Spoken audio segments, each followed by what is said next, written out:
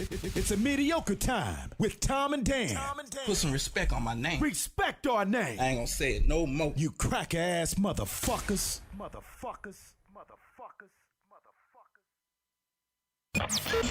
Z159 FM.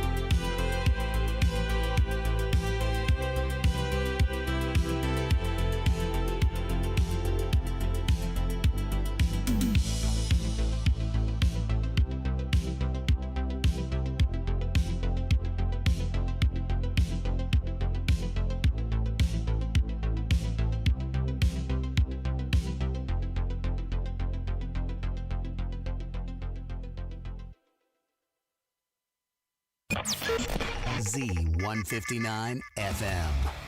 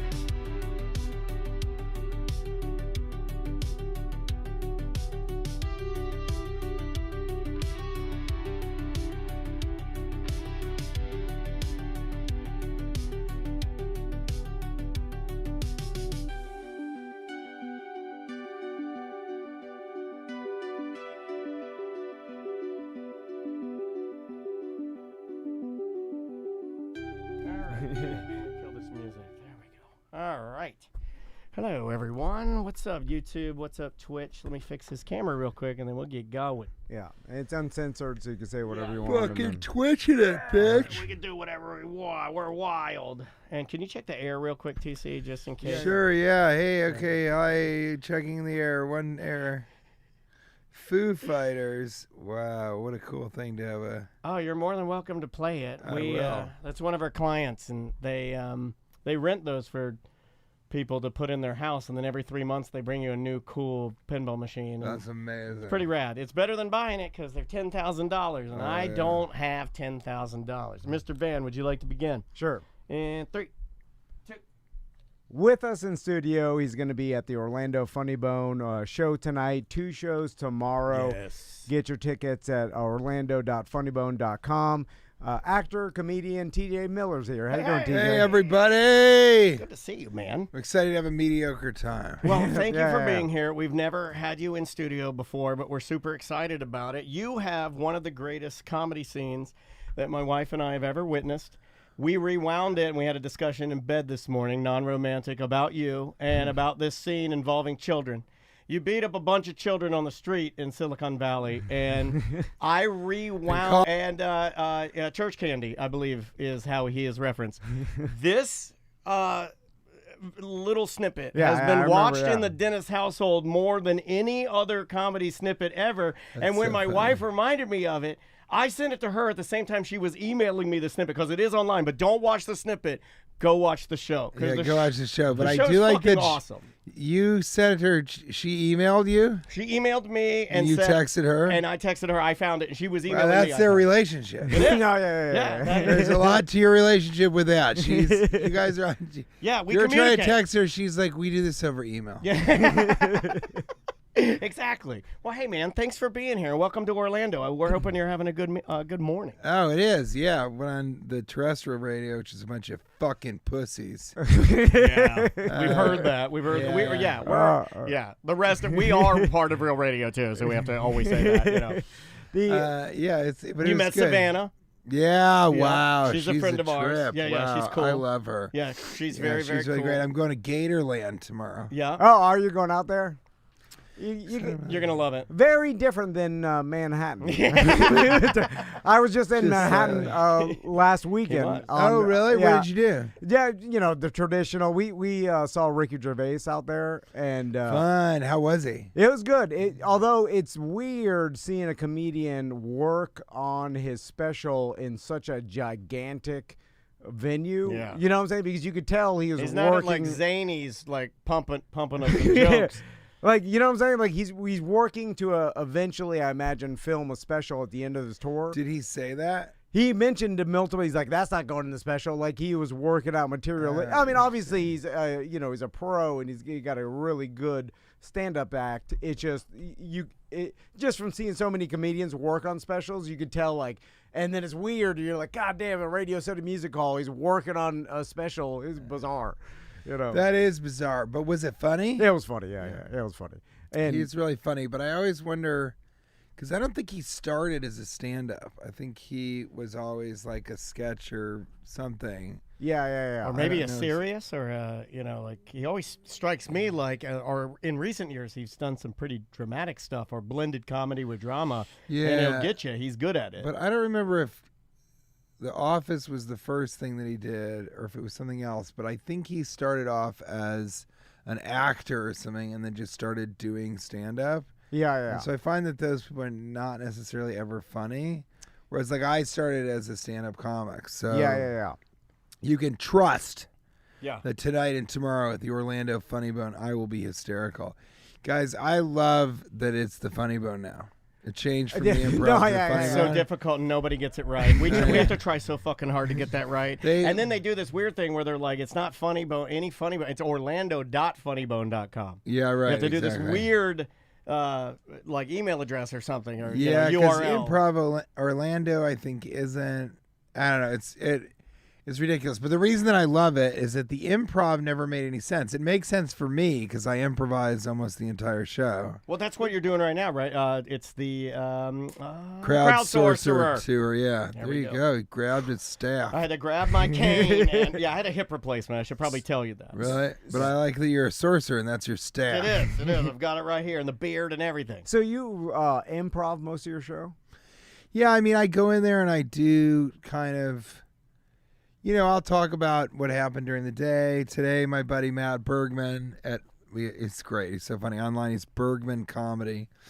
And he has a gambling addiction, but only with horses. Tom has a gambling addiction. Yeah, No bullshit. He has a gambling addiction. Do you really? Yeah, he really does. Not an addiction. I just love to do it, and I'll do anything to do it. There you go. Well said. You know what? That's a great way to put I it. apologize. I'll steal your car radio to do it. That's what it's going to take. What do you gamble on? Sports. Do you gamble on the ponies? No, because that seems like a slot machine. I really, feel like that's the real gamblers, though, or the guys on the ponies. That's old world gambling. How could you tell? I mean, how do you know which one to pick? It's just random. I mean, I have a buddy who's an equestrian, and he trains horses. He lives in Wellington, Florida.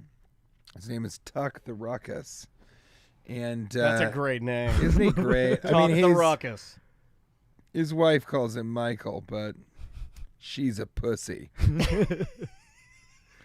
And I just texted him Orlando ! What if he just rides up on a horse? Like right out. Wouldn't that be amazing? Yeah, that would be fucking awesome. And I jump on the back. Just run where you're That's how I get out of here every time. And then we wouldn't film it. We'd tell this over. You're like, yeah, right. No fucking way. I'm like, that's TJ Miller. no. Call this Telling you, horse man. friend. Tuck the Ruckus His came horse friend came and he went off. He said something about the cavalry. I can't even talk about it. Yeah. He was Tuck the Ruckus, and he rode through the doors and right out the back door. God, wouldn't that be amazing? You might hurt your... I don't want him to damage the pinball machine. No, but, not ours. We don't care. So he kind of knows about it. He knows a little bit about it. But so he would have educated guesses. But I don't know. I think, Matt Bergman kind of studies the horses. He kind of, what's their history? What else have they won? How are they doing? When's the last time they had an injury? So I think he does a little bit of research.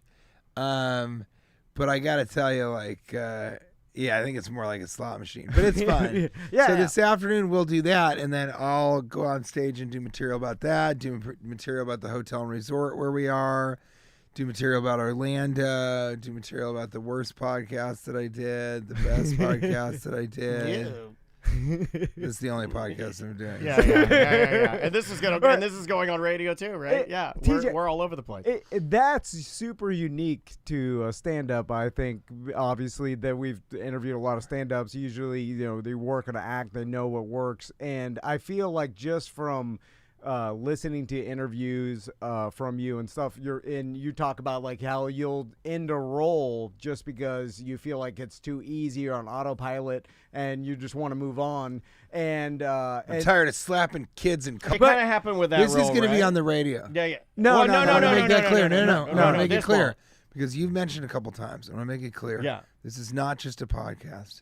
It's also going to be on the radio. Yeah, thank you. I appreciate that. Go ahead. No, this will not be. But did the role of Ehrlich, did it get a little that way? Yeah, I mean, actually, what you're mentioning, which is cool. Thanks for. It's like, after season 4, I was like, what am I doing here? In the sense that I could just get high and do this part. I'm just walking through, and don't be mistaken. I definitely got high when I was off camera. Yeah. But it could have been a thing where I sort of was high. I thought it wasn't fair to the audience. And by that time, I was doing enough movies. It was like, what? I'm just going to do stand-up. I also wasn't able to do stand-up, really. When I was working full-time in Hollywood, I just couldn't. I could do stand-up at night, which, of course, I'm the type of person... Well, I'm me, so I would do 14 hours on set, then go and do 2 shows at night, then hang out and talk about the shows, then get back and wake up in the morning. Get back at 1 in the morning, 2 in the morning, wake up at 4 a.m. to go and do the call. And I'd get in and people would be like, Jesus Christ, you just finished here and goes out all night. It's like, no, I was working last night, but stand-up comics work at night. So after a while... I really was like, because my dream has always been to write movies that I star in, Okay. but I don't direct, and do stand-up comedy. That was what I always wanted to do. I don't care too much about television. I think it's really amazing, and I think there's incredible television. But growing up, the only thing I really cared about was film. And even now, I was on the plane on the way here, and I was like, I should maybe watch a series, like a good series that I've heard about. I should maybe watch a couple episodes of a series. Okay. And then I was like, but I'll just see what movies they have first. Yeah, Just watch it, because that it really is kind of what I love. It's what I grew up watching with my father, and it was just, movies have always been the deal. And so that's what I'm doing right now. I'm like writing this movie with my buddy and doing stand-up comedy. So that's kind of, that's Is the what's movie a happening now. comedy, I'm guessing, or is it? Yeah, it's another Christmas movie. Oh, Oh, yeah, I I heard love about that. Christmas Yeah, movies. Christmas movies. I'm a I big was in, Christmas movie guy. I was in Office Christmas Party, and it was just great, but it's R-rated, so this one's going to be more of a PG-13 thing. But like, Okay. I just did a techno thriller, and then we're writing something called Artificial Artist, which is about AI, trying to like create actual original art.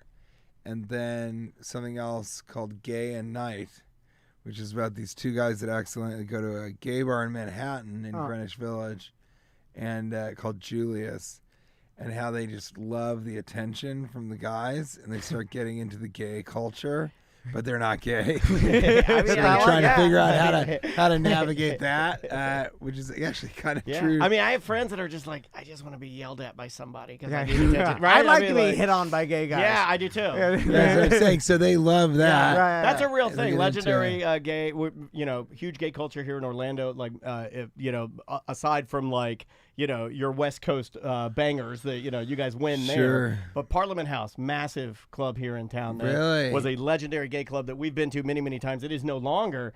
But you would go there and you would feel bad if you didn't get, I'm 5'2", maybe not a tall drink of water. These guys want tall drinks of water, like I'm not their style. You don't get hit on it, it'll level you a little bit. It'll humble you. It will. Because I walked through, I forget who I went to all these, I think it was my buddy Jason Landemarcus, who I'm doing it. But I went somewhere, we did Pride, and we kind of bar hopped and bounced around. And it was funny because I realized after even just a little bit, they were looking at me like, who's this old guy? It's all these early 20s, twinks, Yeah. I didn't go to any bear bars. See, I'm a big deal if you go into a bear bar again. Yeah. It's a you're big bear. community of bears that are into my. Yeah. You're more of a bear guy. Yeah. For 100%. So funny. How tall is your wife? 5'7", 5'8". Really? She's taller. I Yeah, like yeah, them yeah. tall. I love the tallies. You love the tallies. I've always been addicted to the tallies. Yeah, almost because I'm so small, every woman I've almost dated is taller than me. But I like them very tall. Wow. Yeah, it's a camp. Yeah, because she would be a foot taller than you, I guess. No, a little less. It seems little like less. more. It does seem Oh. like more. When you see it in person, When it's you're far disgusting. away. Yeah. When you see it in person, it is quite disgusting and it's jarring. Yeah. What does she say about it? Did she ever? I only bring this up because you can talk about it. It doesn't bother me. But yeah, I like talking about it. It's interesting because you would think, because girls are. So I have a friend. I have a podcast. It does not go on the radio, called Cashing In with TJ Miller and Cash Levy. He has an interview show, and he has trouble getting guests. So I've been the only guest on the show for 7 years. But Cashing In with TJ Miller, and he's a shorter man. He's a shorter guy, yeah. And how tall is he? His wife, I don't know. See, I'm I've like never in the asked. realm of like I'm getting into like handicap realm. Really? Yeah. Mine is. no, it's fine. I could say that. It's like my N word. Like I'm very close to the area where you're. In fact, I was because of the hip transplant. Yeah. I was told that my pelvis was weird. So maybe I am handicapped. Nobody knows. No way of knowing. You gotta get the sticker. There's no way of knowing. I'm Gotta trying. get the- I'm trying to get it. Yeah, the laminate. So, his wife though is. I bet you he's 5. I bet you he's 5'4" 5'5", Okay. maybe 5'4", and then she is closer to like 5 foot even. Oh, so so they're she's very, very small. Smaller. They're And a whole. children, yeah. But anyway, I think one of the things is, I wonder sometimes about. I think he didn't really ever like dating tall women. I think he didn't want women to kind of be that much taller than him. It affects. But I've never asked him that. A lot of guys get affected by it easily. You know, like it very much bothers them. There's a comic, Chris Millhouse, who's hilarious. And he's got to be, like 5'4" or something. He's really about your height. Yeah. And a lot of his jokes are about, being short. And it's really funny because you don't really think about how what you hear about it. Oh, he lied. He's 5'11". He said he's 6 foot. You hear about it a lot, but you don't really hear, you don't meet many people where you're kind of like, a lot of your dating pool is maybe not available. But how'd you meet your wife? I met her. She was doing radio at the same time. Really? At a different radio station, and she was an intern for a morning show. So you never know because you're sitting down. Yeah. No one would know. No one would know. Exactly. She didn't know. She fell in love with me seated. And then on our wedding day, I stood up like the whale. Like the whale. She was like, you know what? No, yes. it's not I knew a guy. We had a comedian in here. I won't say who it is, but he's a little guy. He's like 5'4".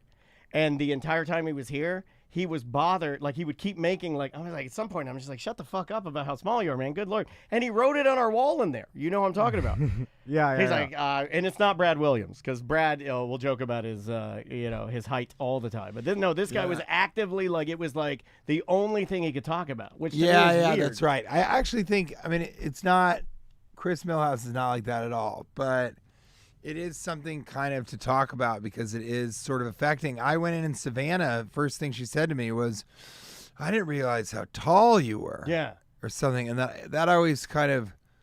How tall are you? Takes me off. I'm like 6'3". Yeah. See, I thought you looked 6'2", exactly how I pictured you. Really? Like, that's so TJ interesting. Miller right there. Boom, 6'3". Yeah. You look right that height. Yeah. And so. Savannah's very tall. She's 6 foot.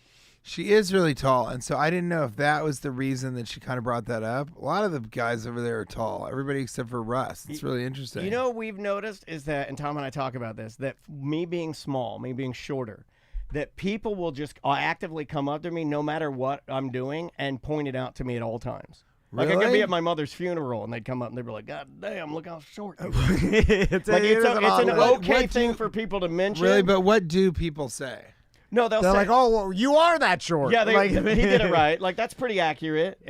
But we laugh about that. We think that's so funny because you would never do that to someone like who is overweight, or you never do it to somebody's like complexion. You are that fat, right? Which is funny, but no one would ever do that. So when it happens, we just don't say anything, and then when the person leaves, and then we'll laugh because we're like, they did it, they did the thing. Yeah, but that's it. Yeah, I can't. But I'm just not a guy who would ever be like, wow, you are short, something like that. That's happened to me more than I have fingers and toes. Like, you've been with me for tons of these, like maybe even 10, at least 10 times where people will be like, whoa, like they're like blown back by my height. Like, wow. It is. I think people just are awkward when they're meeting someone, so they say the wrong thing. So they bring up the wrong. That's true. Yeah, you probably get that a lot because you meet people and people fanboy all over you, right? It's not the fan. It's what was the most recent one? This girl. We went to a holiday party at the Comedy Cellar in Manhattan, in fact. Yeah. And this girl came over. She had piercings. You ever see a girl and you're like, you want to be a suicide girl, but instead you're just a regular girl with shitty piercings. Yeah, all the time. So she walked up to me and she goes, I remember I saw you here once. I was like, oh, cool. And she was like, you weren't that funny, but you were really honest. And I was like, well, that's what I'm going for. I'm mostly between the two things. I'm like, if it's funny or honesty, I'm kind of more honesty. And she goes, oh, I'm sorry. Did I offend you? And I realized, oh, this is one of those girls. She's kind of trying to nag me. Yeah. She's sort of sorry, too. I got in at fucking 1 a.m. last night. And then you're good. Don't even worry about it. You're like every guest you're answering. No, so she was kind of trying to nag, which is like I learned that from Silicon Valley. I'd never heard of that thing, and and she was trying to kind of get attention or something, and I was like, you did this all wrong. I think I said that to her. I'm like, all of this is not going well. Do you think this is going well? This is terrible. And later she walked up and she was like, I don't want to offend you. I'm like, you're not offending me, but I really, really don't want to talk to you. And you could see her be like, why didn't this go the way I thought? And I guess she thought she was like hot, so I would be into it, which is always weird because I wear 2 wedding rings. Yeah. So it's pretty clear that, like, I'm not really, but I think she must have been a girl. But that'll happen as people go. And then the other thing that I love that's so funny is, well, I didn't know who you were. That happens a lot after shows. People will say, oh, well, so-and-so invited me, but, I didn't even know who you were. And that'll happen in different contexts, at a restaurant or whatever. Yeah. And it's always so funny to me, and I always say, like, well, I didn't know who you were. I don't know anything about you either. Yeah. That is the exact, what you're saying to me is the exact same thing as me saying it to you. And at one place, I forget where, this girl was like, well, no, it's not, because you're famous. And I'm like, yeah, you're right. And so other people know who I am, but no one really cares who you are. Correct. And that was a funny one because she was trying to be mean. She it wasn't like, oh, geez, so cool to meet you. I just never knew who you. She was trying to be like, well, I didn't know who you were. Yeah. So I didn't even want to be talking to you, but my friend made me walk over here and talk to you. That's a weird. That is a weird thing. And that's the vibe. There's a weird vibe. And then I just kind of, when I said that, like, well, people don't want to know who you are. No one's going to send somebody over to talk to you. And I just saw her be like, this didn't go how I wanted, which I think is what you guys are talking about. That sometimes fans or people will try and do an interaction, and then you sort of shut it down, and then they walk around and they're like, that didn't go how I wanted to. I try not to do a lot of that because they know when we're playing, like, you've done a lot of radio and you've done a lot of improv and stuff, and you want to fuck around with people and they want to fuck around with you, and they're not good at fucking around. So we try to take that with a big dose of, like, you're not good at fucking around, that's okay, and we're going to move on. It's not going to be, what you're doing is not going to be funny because you're not, supposed to be funny or entertaining. So I let you don't practice it, right? They don't practice it. And I let almost everything go with a grain of salt. Kate will sometimes, that's my wife, Kate will sometimes be like, kind of pissed. Yeah. Or she'll get angry about what they said or maybe how long they were talking. And I kind of try and tell her, like, this is their first time interacting with celebrity. It might be the only time they ever interact with celebrity. So, cut him some slack. And I think she just finds it offensive because she doesn't get a ton of time with me. Well, you're working a lot, and you enjoy working. Yeah, of course. But I'm used to it. So that's another thing. I almost have to, like, take her reaction with a grain of salt because I know that she's kind of going, God damn it. Like, I hate it when this happens. And I'm like, this happens to me every day, all the time. So, imagine my position. And then her thing is kind of like, well, you're used to it. I'm not. So it's very strange. I was asked about that, like, earlier and in general. I get asked about it pretty often. What's your relationship with fame was the latest, like, fan question. And it's pretty dark. It's pretty dark. And you guys have one thing. Also, I respect radio so much because it's all improvisation. So you guys also are improvising for, like, hours at a long time. Yeah. A very long time. And you got to keep it going. You got to get to the next thing. Sure. But you guys have it a little bit better because, well, actually not anymore. I was just about to say because people don't see your face, but that's not true. Well, everything, like, the video component of this came, like, we just redid these cameras for the second time. That's a small portion of our audience. It is a small portion of our audience. We got in 2009 doing podcasting, like, when, like, Rogan and Maron were doing it. And now the majority of our audience is still audio only. We love those guys, and they're very well trained to kind of get it that way. This is the kind of the newest part, but what you're saying is correct. People can go on there all the time, and we get a little bit of that on YouTube. You'll get the trolls or the people that'll be like, "Oh, I didn't know you look like that." Yeah. It's like, did you need to say that? It's like, it is a weird thing to insult the person you want to meet. I've always thought that is the person that you love. Right, you're connected to them. You're relating to them through a series of intimate, right, viewings that you had of a person playing a character, and you relate to it. You love it. You're right. TJ, just from sitting with you for the past 20 minutes, And it has been a cool 20. no, Yeah, but it's one of the coolest 20s. I would noticed. say. I You guys noticed. keep it pretty cold in the studio. Sorry, I'm so No, sorry. I like that. Is that more you? It No, gets just- hot under here, like with Yeah. all the new computers, and I get very, very yeasty. But I'm picking up something, and tell me if I'm right or not. It's just that you strive for like a real interaction with people, right? And like it seems, and this kind of ties into why you like improv so much and why every show is a little bit different. It seems like having a planned hour that's executed every single night would bore Like, you. why would anyone Like- want to be a sorcerer of a crowd? Or- right? Like, why would want to? Why? Because it sounds hard to a lot of people that don't know how to do that. And you just want a real interaction, real conversation. Like your brain is bored You gotta go take it way By- high. now. yeah, sorry, way yeah. high and then back down. by just going There through you go. through the motions, which a lot of people do. Some people live their whole life just going through the motions, and it seems like you are the exact opposite of that. Well, I think Lenny Bruce one time said, and he was like the first stand-up comedian of what we now know to be stand-up comedy. He said something that was really interesting, and he was talking not about improvising, but he did. He improvised a lot. But he was talking about sort of the order of things and doing the same order and doing the same words. And he just said he just couldn't do that. It would bore him to death. And I always remembered that, even and this was far before I was doing stand-up. But I just always remembered that. And I think that's right. I think the problem is I'm a good enough improviser that I don't have to prepare or really spend that much time writing. The good thing is it's never the same. And I can always decide to do something else. That's why I like stand-up so much, is that it's completely up to you what you want to do. Like recently, where was I? I think at this stand in New York City near Union Square in Manhattan.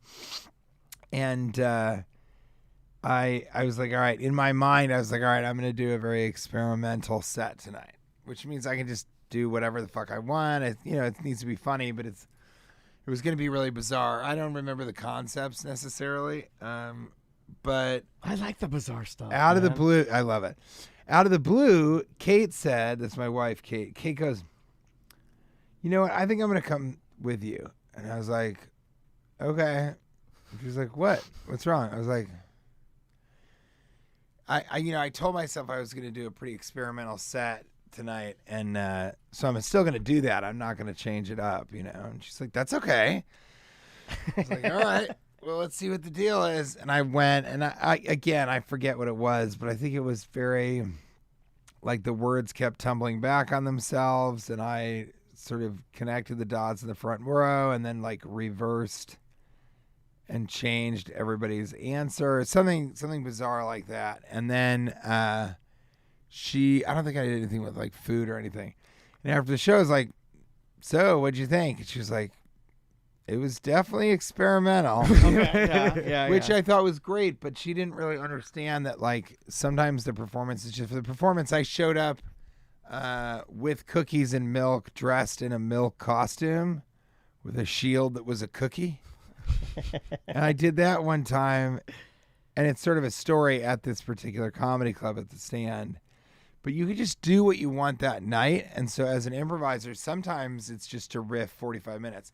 But what I don't do is I don't riff with a crowd that's not into it or not fun to riff with, or, doesn't get it. Or I won't go, well, this was my plan and I'm not going to ditch it. I go into material. So you're fluid with it. So if it's not working out, then you I realize can do, that. and I always have material, but Another I don't thing- like doing old material very much.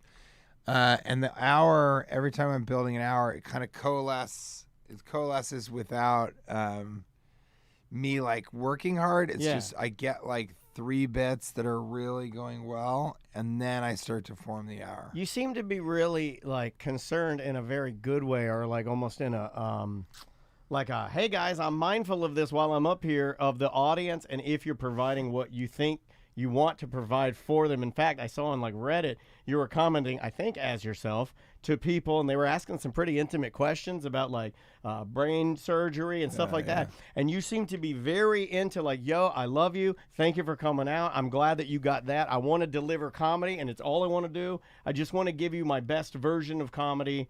Like, where did you get that kind of that feeling? You don't hear that a lot from comedians. That's the short version. You don't hear from a lot of comedians like, hey, I appreciate you. I really like making you laugh. Well, I think there's two kinds of get that? comedians, and one kind is, I think it is so funny that these headphones are not even on. Oh, they're not? Oh, And it's but been it looks happening great. the whole time. Like, wow, it's really quiet. It does look really good. Yeah, it does look. I was going to say, you So look like bizarre. a pro, like a Radio so funny. 101. I think there's two types of comedians: the ones that do it for themselves and the ones that do it for the audience. Just like I think that there are two types of comedians: there are writers and performers. Every comedian is either a writer or performer, and then they learn how to do the other. You have to sort of learn it. Yeah. And I think they are. I mean, there's a lot of different theories I have on sort of there's like two sides to the coin for every comedian, and there's a lot of different coins. But I am a comedian who wants to do it for other people, so I don't need. My therapist might disagree. Well, it seemed like from a pleasing place. It did. And even in the Reddit thread I was reading, you were so complimentary of everybody, and you're like, Well, hey, I just- appreciate you. Hey, thank you for... And it almost like if I were asking a question and I got an answer from you and you said that would really mean something to me. You know what I mean? Yeah, Like, that was cool, I thought. I'm glad to hear that, because I do it for the audience. It doesn't. It's not me. And my therapist will be like, well, but it does feel really good to whatever, to have people, like, he talks more about celebrity, that people, it does feel really good for people to be like, let me get you a seat, let me, I'll bring you a drink, what do you but for instance, I was in Key West. I couldn't get the fuck out of there for so many reasons, but one was just this woman wouldn't let us board the flight or check our bags because we were 2 minutes late. This is a small airport. Yeah, that's a super small It's Key a super West. small. Yeah. We've So been there. I was sort of like, I was pissed, but there were two options really, which was fly, and I am a big guy, as you can see, fly middle seat coach to Atlanta and then to Washington, D.C., or just cancel the show.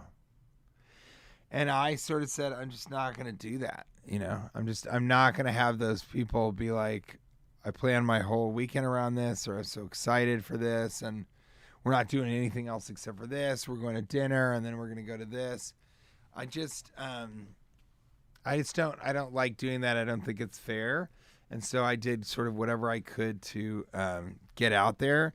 And that's because it really is. I really do think life is fundamentally tragic, and that the best thing I can do is give people an ephemeral escapism for just like an hour, And so I feel very, very strongly about that. And so, yeah, I'm one of the guys that I think cares more about the audience than really myself in some ways.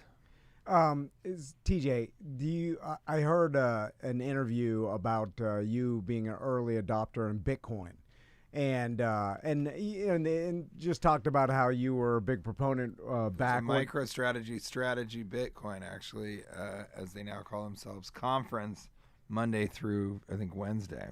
Okay. Oh, so you're into that world. You're still into that. Oh, yeah, I am a Cool. Bitcoiner, yeah. That's cool. Man, I wish I understood it. I'm not at all anti it. I'm just... Well, you can understand it now. I don't have any Bitcoin, but I know a lot about it. Oh, you don't have any? Yeah. Oh, okay. Because we were kind of I hoping was you'd have speak this of- story where you bought it like when it was a nothing, and now you're sitting on billions that nobody knows about. That's what we Well, wanted you were talking to hear. about it when it was $1,000 Yeah. Bitcoin. Yeah, well, it was 96,000 today. when we got in, it was $8,000. Okay, well, But I want to tell you guys something, okay, and this is important. First of all, you buy Bitcoin, you never sell it. Yeah, right? yeah. And then, more importantly, and I'll say this much about it, it's like at 8,000. Just imagine this now, okay? Yeah. This is gonna blow your fucking mind. At 8,000, I was like, I missed the boat. Yeah. I fucked it up. I mean, I guess maybe one day it'll be worth like 15, or if the world blesses us, $25,000. But I was Yeah, like, it may never get up above 10,000. That was like literally what I believe. And I'm telling you now, as a Bitcoiner, okay, you have not missed the boat. We are still at 1% adoption. These things are going to be worth $1 million, $5 million. Like, it's crazy. Yeah. And you can buy any amount. So I always tell people, start stacking Satoshis, and that just means buy $10 of Bitcoin, $25 of Bitcoin when things are going well, and you've got to buy $300 worth of Bitcoin because there's only 21 million in the world and probably 3 million have been lost. So you're buying something that's going to be, and I mean, if you told me that there were going to be ETFs and a strategic Bitcoin reserve and all that sort of stuff, I would be like, fuck you. That's totally insane. And I just thought it was going to be all retail. There was no institutional adoption that was even considered possible when we got in 2018. God, 2018 I just sounds assumed like an eternity ago, right? Jesus. It's funny, man. I just assumed, I was like, oh, this guy has fuck you Bitcoin money. Yeah, and we he can did. do whatever we he were wants assuming forever. That, like, you kept it quiet, and I was like, oh, what if he's got billions? I got a buddy that made ridiculous. He bought Bitcoin early and then just now is can do whatever he wants forever. Really? Yeah. Most people, their story is, well, I got in when it was $500, and you're like, oh my God. And then either they're like, yeah, but then I sold it Yes. 2,000, Yeah. you know, or 5,000. And the other story is that people like Lost their hard drive. bought it and then like sold it to buy a restaurant or something like that. Oh, God. Or the worst is, I know a guy who had, I think, a lot of Bitcoin. Fuck him. There's a guy I met in Calgary. I talked to him where he goes, this is really painful. He was such a sweet guy, you know, whatever. And he was into Bitcoin early, but he still considered it something that was a payment system. And so he paid 30,000 Bitcoin. Jesus. To buy all the office furniture in his office. So imagine if in 30,000 Bitcoin. Yeah. How many? So imagine if you were in like Hundreds of- 2013 or something, Right. and you decided we're going to do a podcast studio, and so you spend $30,000, 30,000 Bitcoin, Right. to You doing the get numbers on together. that? Yeah, thank You're living the dream. Yeah, well, these guys did it. These are our founders. So these guys gave us some money, and then we bought our soundproofing tiles, and we bought carpet, and we bought a nice couch, and we bought shit. And then the founders, is that yeah, they feel forgotten now. These guys. We did this years ago to start this studio, and now they're like bitching at us. That's They're like, $2.8 billion. oh my God, $2.8 billion for office furniture. Holy And smokes! there's a half an tell- NFL team. And he said, yeah, I remember he said it would be worth like $1 billion. And he said, he was like, that's why Bitcoiners are so cheap, because they're trying to just build their Bitcoin back up. But that would be really, really difficult. I mean, to realize you could be a billionaire right now, but that's what he paid, because it was, I think this is how early he was in. I think a Bitcoin must have been worth like 50 cents. Yeah. You know, Probably wasn't worth. And then there's other people where you're like, oh my God, you must be so rich. You bought when it was only $5,000 or something.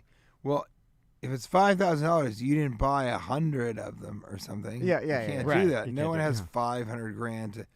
So it's really the OG Bitcoiners, or people that Believed in it so much Right. as a long yeah, term. but also made money. And when it was $1,000, they were building, and then 5, and then at 10, and at 15.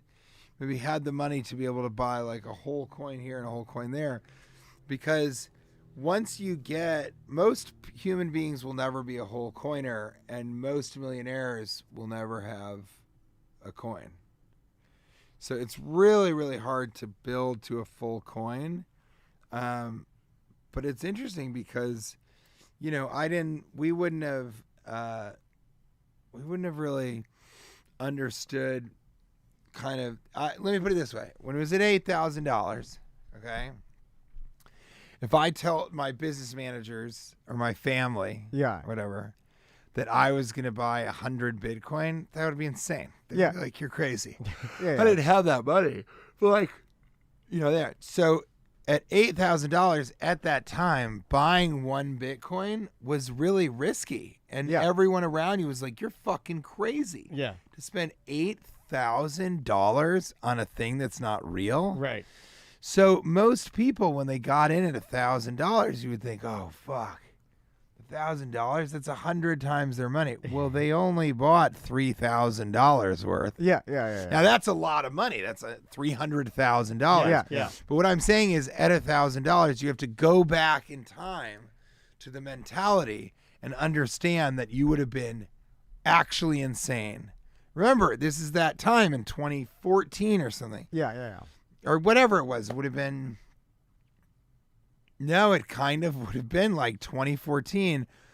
If it was $1,000, it would have seemed insane to every single person you knew. Not a lot of people. Every single person, for you to buy 10 Bitcoins. Yeah. And you also, unless you were crazy and totally into it and understood it, you also would have been crazy. You would have just been a person that, you would have been a fool, actually. Yeah. You would have been a fool to put $10,000 into something that just, to most people on earth, was just like buying dirt or dust nothing. or something. So most people don't have like 50 coins or something, which to me, I mean, even that's the thing. It's like, even 50 coins is like, it's a lot, but it's like $5 million sort of. Yeah. So that's not really fuck you money, depending on how you live. If you live in Dayton, Ohio, Right. that is fuck you money. Yeah. Huge. In Manhattan, that's Not so bad. That's bad, you know. In Manhattan, you can buy a really nice apartment, but you still need to be conservative about how often you eat out. Yeah. You know what I'm saying? I mean, really, I'm not Right. joking. Yeah. And so there's a component of that too, where it's like, I live in Manhattan. We have a penthouse. It's 2 stories. We have 2 terraces. We're living fucking gangster, you know? But, you know, I don't have, I sometimes am like, maybe I'll take a Revel instead. Or I bicycle everywhere because I don't want to spend money on. Do you really? Like Kate does. Kate, Well, you just have your priorities straight. Maybe you want a Yeah. nice place in Manhattan, and that's just exactly what you want. When Like Kate has to take Revels, and her excuses are right. It's like, when it's cold, it doesn't make sense for her to do it. If she's coming back from her studio and it's late at night, it's like, it's dangerous in New York right now for sure. But I bicycle to save money. I do all these things that I think a lot of other people, because if I bicycle, I pay $200 a year or something. My funny friend who writes, because you for just The rent them Daily and you Show. pick them up wherever you need them, right? Yeah, it's amazing. Yeah, those are cool. But my funny friend he's such a dick, and he's like, I mean, how often do you ride the subway? And I was like, I don't know. I mean, I'm out of town a lot, so I guess. And if I'm going to places like twice, it's only $3. You can subway 100 times. You can ride the subway 100 times. And you know, if you ride this many times, I'm like, yeah, but you're not. First of all, you're not getting any exercise. No. Yeah. And that's true. second of all, like, bicycling is cool and it's faster than the subway by far. But I do things like that where I like I thought about, I didn't do it because my mother died like 3 weeks ago. And so Kate was, Sorry. well, no, that's okay. Wow. Unless you had something to do with it. That's my joke. That's not a bad joke, right? That's a great joke. It's a great joke to be able to like That is a cut the great tension or whatever. Well, I like that shit. Both of my parents are dead. I make a lot of dead parent jokes. Yeah, okay. Are your parents still alive? My dad died in Hurricane Andrew Yeah. in Florida. Really? Yeah. trying to save his boat. He was taking it out. And my mom's still alive. Yeah. Oh my God, that's so tough. I don't know if I'm allowed to say it on here, but Oh, the chat room loved that joke. They said Dan will love that joke. But yeah, that's even before. They But there's guessed. something, I'm not going to say it on here, but there's something you guys have probably heard. There's something people say to other people when they find out that one or both their parents is dead. And I thought that was really interesting. 2 people said it to me, fans that came to shows. That was very, very interesting. And I don't say it to people who don't have dead parents. It's interesting. But anyway, so Hold on, what was it? I had a she guy. died trying to save her boat, which is weird because she lives in Colorado. But But I stayed at a nicer hotel because Kate was like, you should stay at a nice hotel, and I don't care. But like when I get hotels in general, I usually stay. I mean, I'm not going to stay at a Holiday Inn Express. I've been in 25 films, but I'm the closest to, like, my buddy's staying at Element or whatever, or a Loft, and it's kind of these Hilton Garden Inn. So it doesn't really matter to me, and I'd rather sort of save the money if I'm getting a travel buyout and buy some Bitcoin with it. Like I always, when I make money on the road, they'll give me donations on Venmo or something like that, and I'll pretty often kind of, if I have made a little money that weekend, I'll buy a little Bitcoin. Now, the thing that most people don't understand, and it takes a while to be able to understand. It's so funny. I was so tired until you guys mentioned Bitcoin. Yeah. Sorry. I knew they were Yeah. Wake him up. Release the Bitcoin. Yeah, release the coin. The crack coin. What I know about Bitcoin people, they love talking Yeah, Bitcoin. I even have the price that flashes behind me. It'll come up a couple times. Yeah, it'll. Really? Yeah, Are you both Bitcoiners? No, he is. I bought it back when it was 40 grand, and then I watched it go to 20. I was like, oh no! But then, so I doubled Did you money. sell it? No, he I still kept has it. Because my buddy said just buy it and keep it forever. Never sell it. Yeah. And then it takes a while to understand this, but it doesn't matter at what point. I, of course, like when something dips, like when it went down to 80,000 or 88 or whatever, I bought a fair amount of Bitcoin. And again, my like business management, traditional TradFi guys will, they still think it's insane. I don't know how. But they'll even be like, "You're buying it at $80,000." It's like, yeah, because it's going to be worth $100,000 now. It's worth 94 or 99 or something. And but the thing that it takes a while to learn, and we're friends with the Winklevoss twins, Really? and they said to me at one point, and because I kept texting them and being like, "Well, do you think we should get Bitcoin now because it's gone down to 8,000?" And they just kept saying it's never a bad time to buy Bitcoin. That's what my Always Bitcoin buy buddy says. Bitcoin. It's Logic Man Andy. Do you call him Bitcoin Buddy? I wouldn't It's a call Logic him Man. Baby. My Bitcoin. I've got my Buddy. BB. A lot of Watch out. You'll shoot Actually, your kinda eye like out it. with my BB. I actually do kind of like it now that you. I like it. My Bitcoin Buddy. Bit buddy. And so it takes a while to understand that you should buy it at the top, at the bottom, at the whatever, because you're not selling it anyway. Yeah. And yes, you want more value. And yes, in my mind, I have a credit card from Gemini, the Winklevoss twins. That's their exchange. Whoa. I have a credit card from, and whenever you swipe something, you get a little bit of Bitcoin. Oh, that's Or cool. Ethereum or whatever you're into. But I'm mostly a Bitcoiner. My wife is a Bitcoin maximalist. She's a maxi. And so she thinks you should only own Bitcoin because we held a lot of Ethereum and still do. Because we know another set of twins, the Michigan twins, and they're ETH maxis. So they only hold Ethereum. Is but- it twin specific to the certain? It seems like all the geniuses in this area takes two brains that are the That's same. pretty neat, though. It's cool that you have two sets Yeah. of twins that both Yeah. are specific to certain Yeah, types of to certain- Bitcoin. yeah, it That's is. fucking awesome. It's really funny. And weird. It seems like all the smartest people I know and then I'm like, well, I'll just follow them. Because Yeah, right. I'm not that smart. They know more than me. But so they said, it's always a good time to buy Bitcoin. And it took me many years to understand that. And so now I'll just buy it when I have money to buy Bitcoin. But yeah, if I see like a dip or suddenly it's going to make its way. I don't know if this cycle, every cycle, they're like, we're going to break 200,000, 250,000.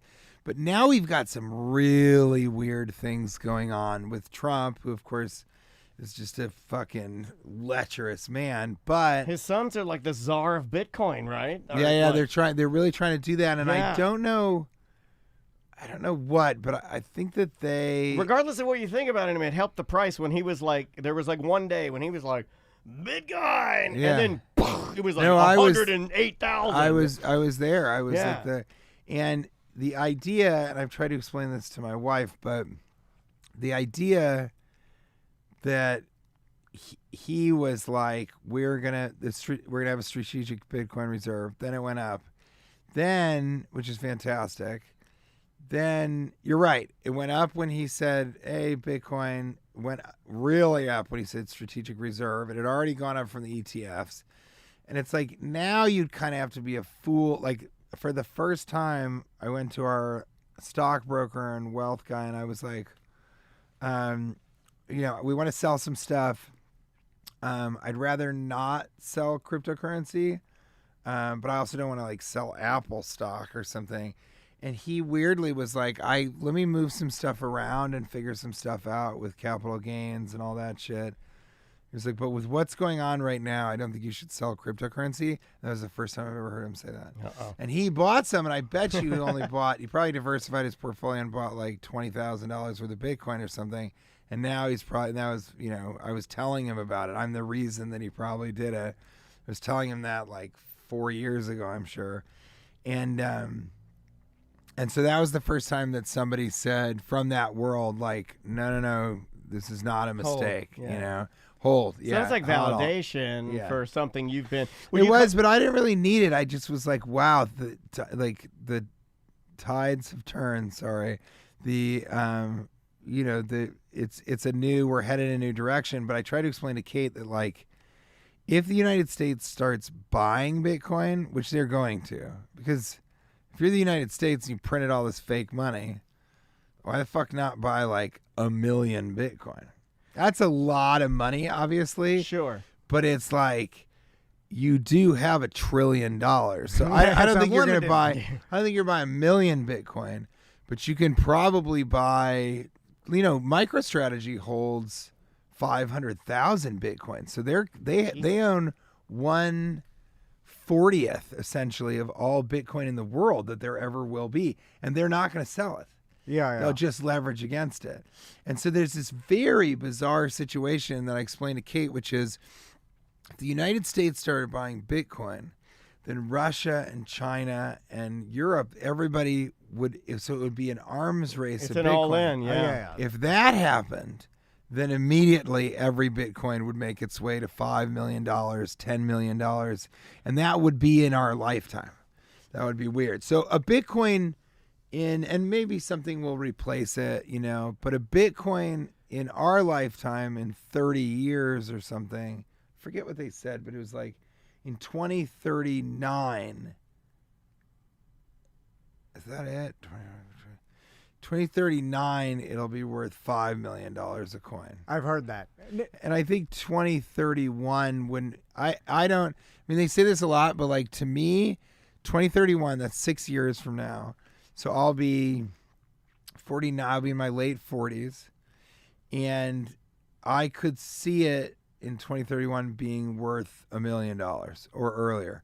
And if it was worth $1 million, then I could see what you're talking about with like, if it's worth $1 million and somebody has like 10 or 12 of that's so much money. I know inflation's going to fuck that up a little bit, but it's like even in Manhattan, if you have $10 million, then you don't have to ride the bicycle. You're not going to take a limo everywhere, but you're going to sort of be, and with $10 million in Manhattan, it's like you can kind of, you wouldn't, but you can kind of own your home outright and not need a mortgage really. Now, you can't own like a mansion or something, but you can own a 3-bedroom apartment or something like that and not have a mortgage, and you could sort of, it could kind of, your living expenses would be freeing done. money on the back end of not having to pay for stuff. But here, can I say one more funny thing? And it's not about Bitcoin. So I said this is so fascinating. So our business management is they handle really big clients. Like, I'm not saying this is a client, but like A-list celebrities. Yeah, like Vin Diesel, who has a bunch of, or Ryan Reynolds, just like big franchise A-listers. Yeah, right. Yeah. So not just an A-lister, because there are a lot of great people, but they don't have franchises. Yeah. So if you're not in Captain America and shit, you're not really making the kind of money. Is that insane? Isn't that weird? Then you're sort of middle class. That's a whole different world. I don't think it's insane. I like it. It's funny. But there's class system in the celebrity. So when the pandemic happened, and then when it was the pandemic, and then something else happened recently. I forget. There was another financial catastrophe.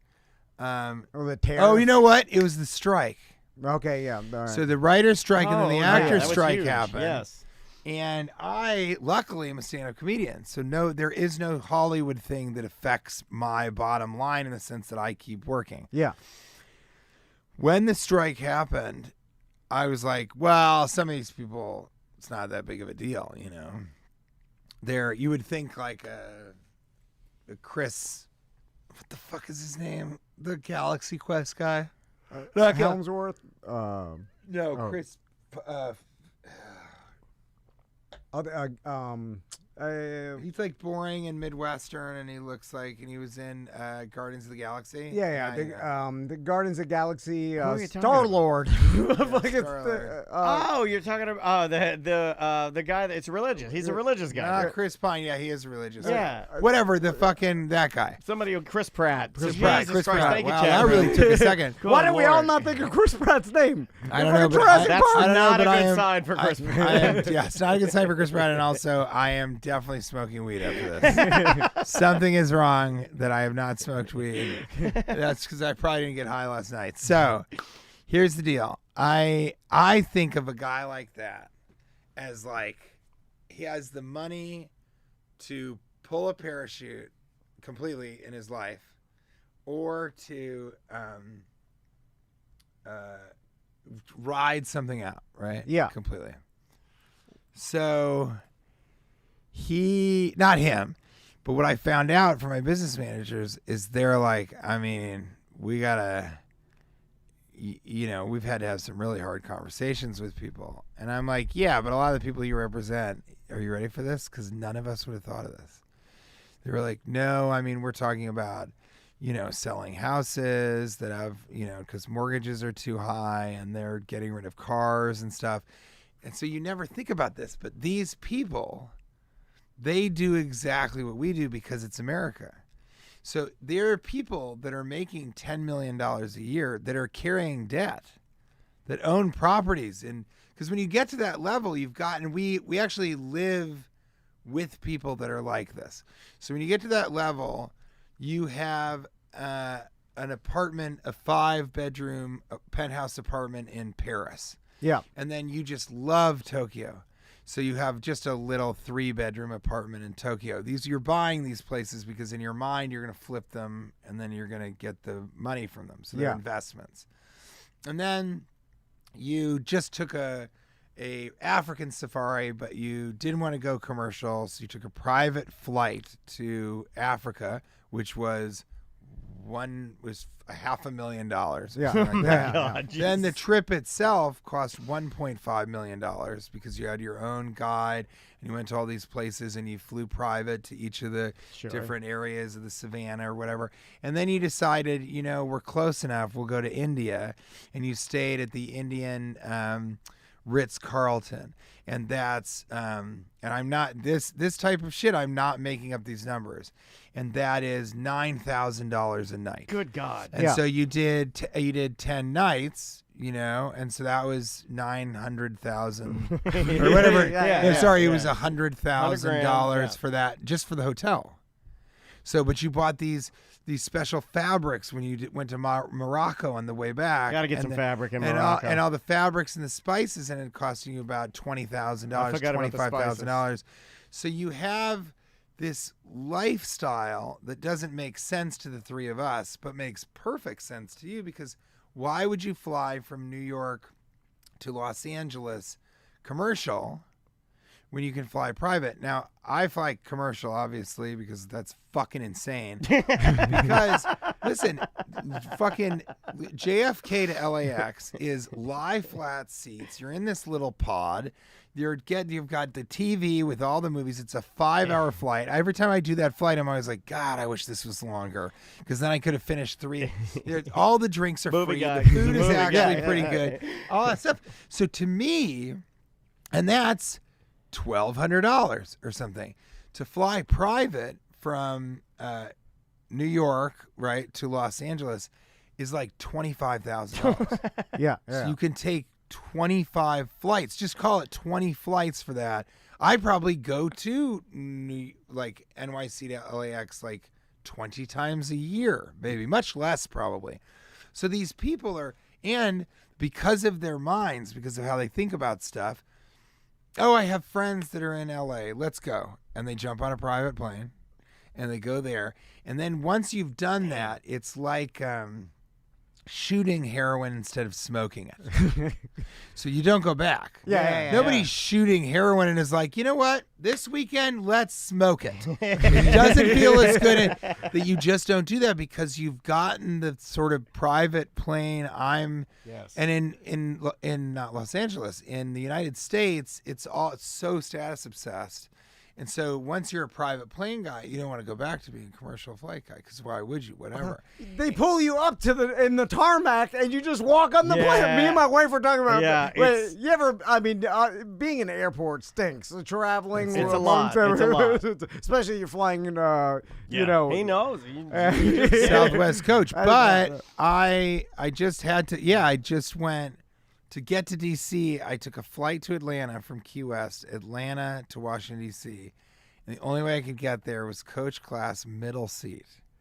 So I'm in the middle seat, T-Rex in it because I'm gigantic. And I try and get up and go talk to the flight attendants, which I usually do, and they're all kind of upset about the flight, and there are people that are being assholes on it. And so, people complain about air travel. It's like, I am so lucky because I do it right. But yeah, you're right. Coach, for you, if you get a window seat or an aisle seat, it's never fine. bad. Like when we flown, like we went to Philly a couple times, like Chicago, like decent sized flights. Yeah, I can fly anywhere and I'm okay. It's not bad. Yeah, so it's very, very lucky. They put their seat back. I'm just like, oh, my TV's closer. It's fine. But you've flown private before. Yeah, and quite a few times. You're probably like, this is awesome. Yeah. So I'll tell you, the only positive about flying private, the only positive is that the plane will wait for you.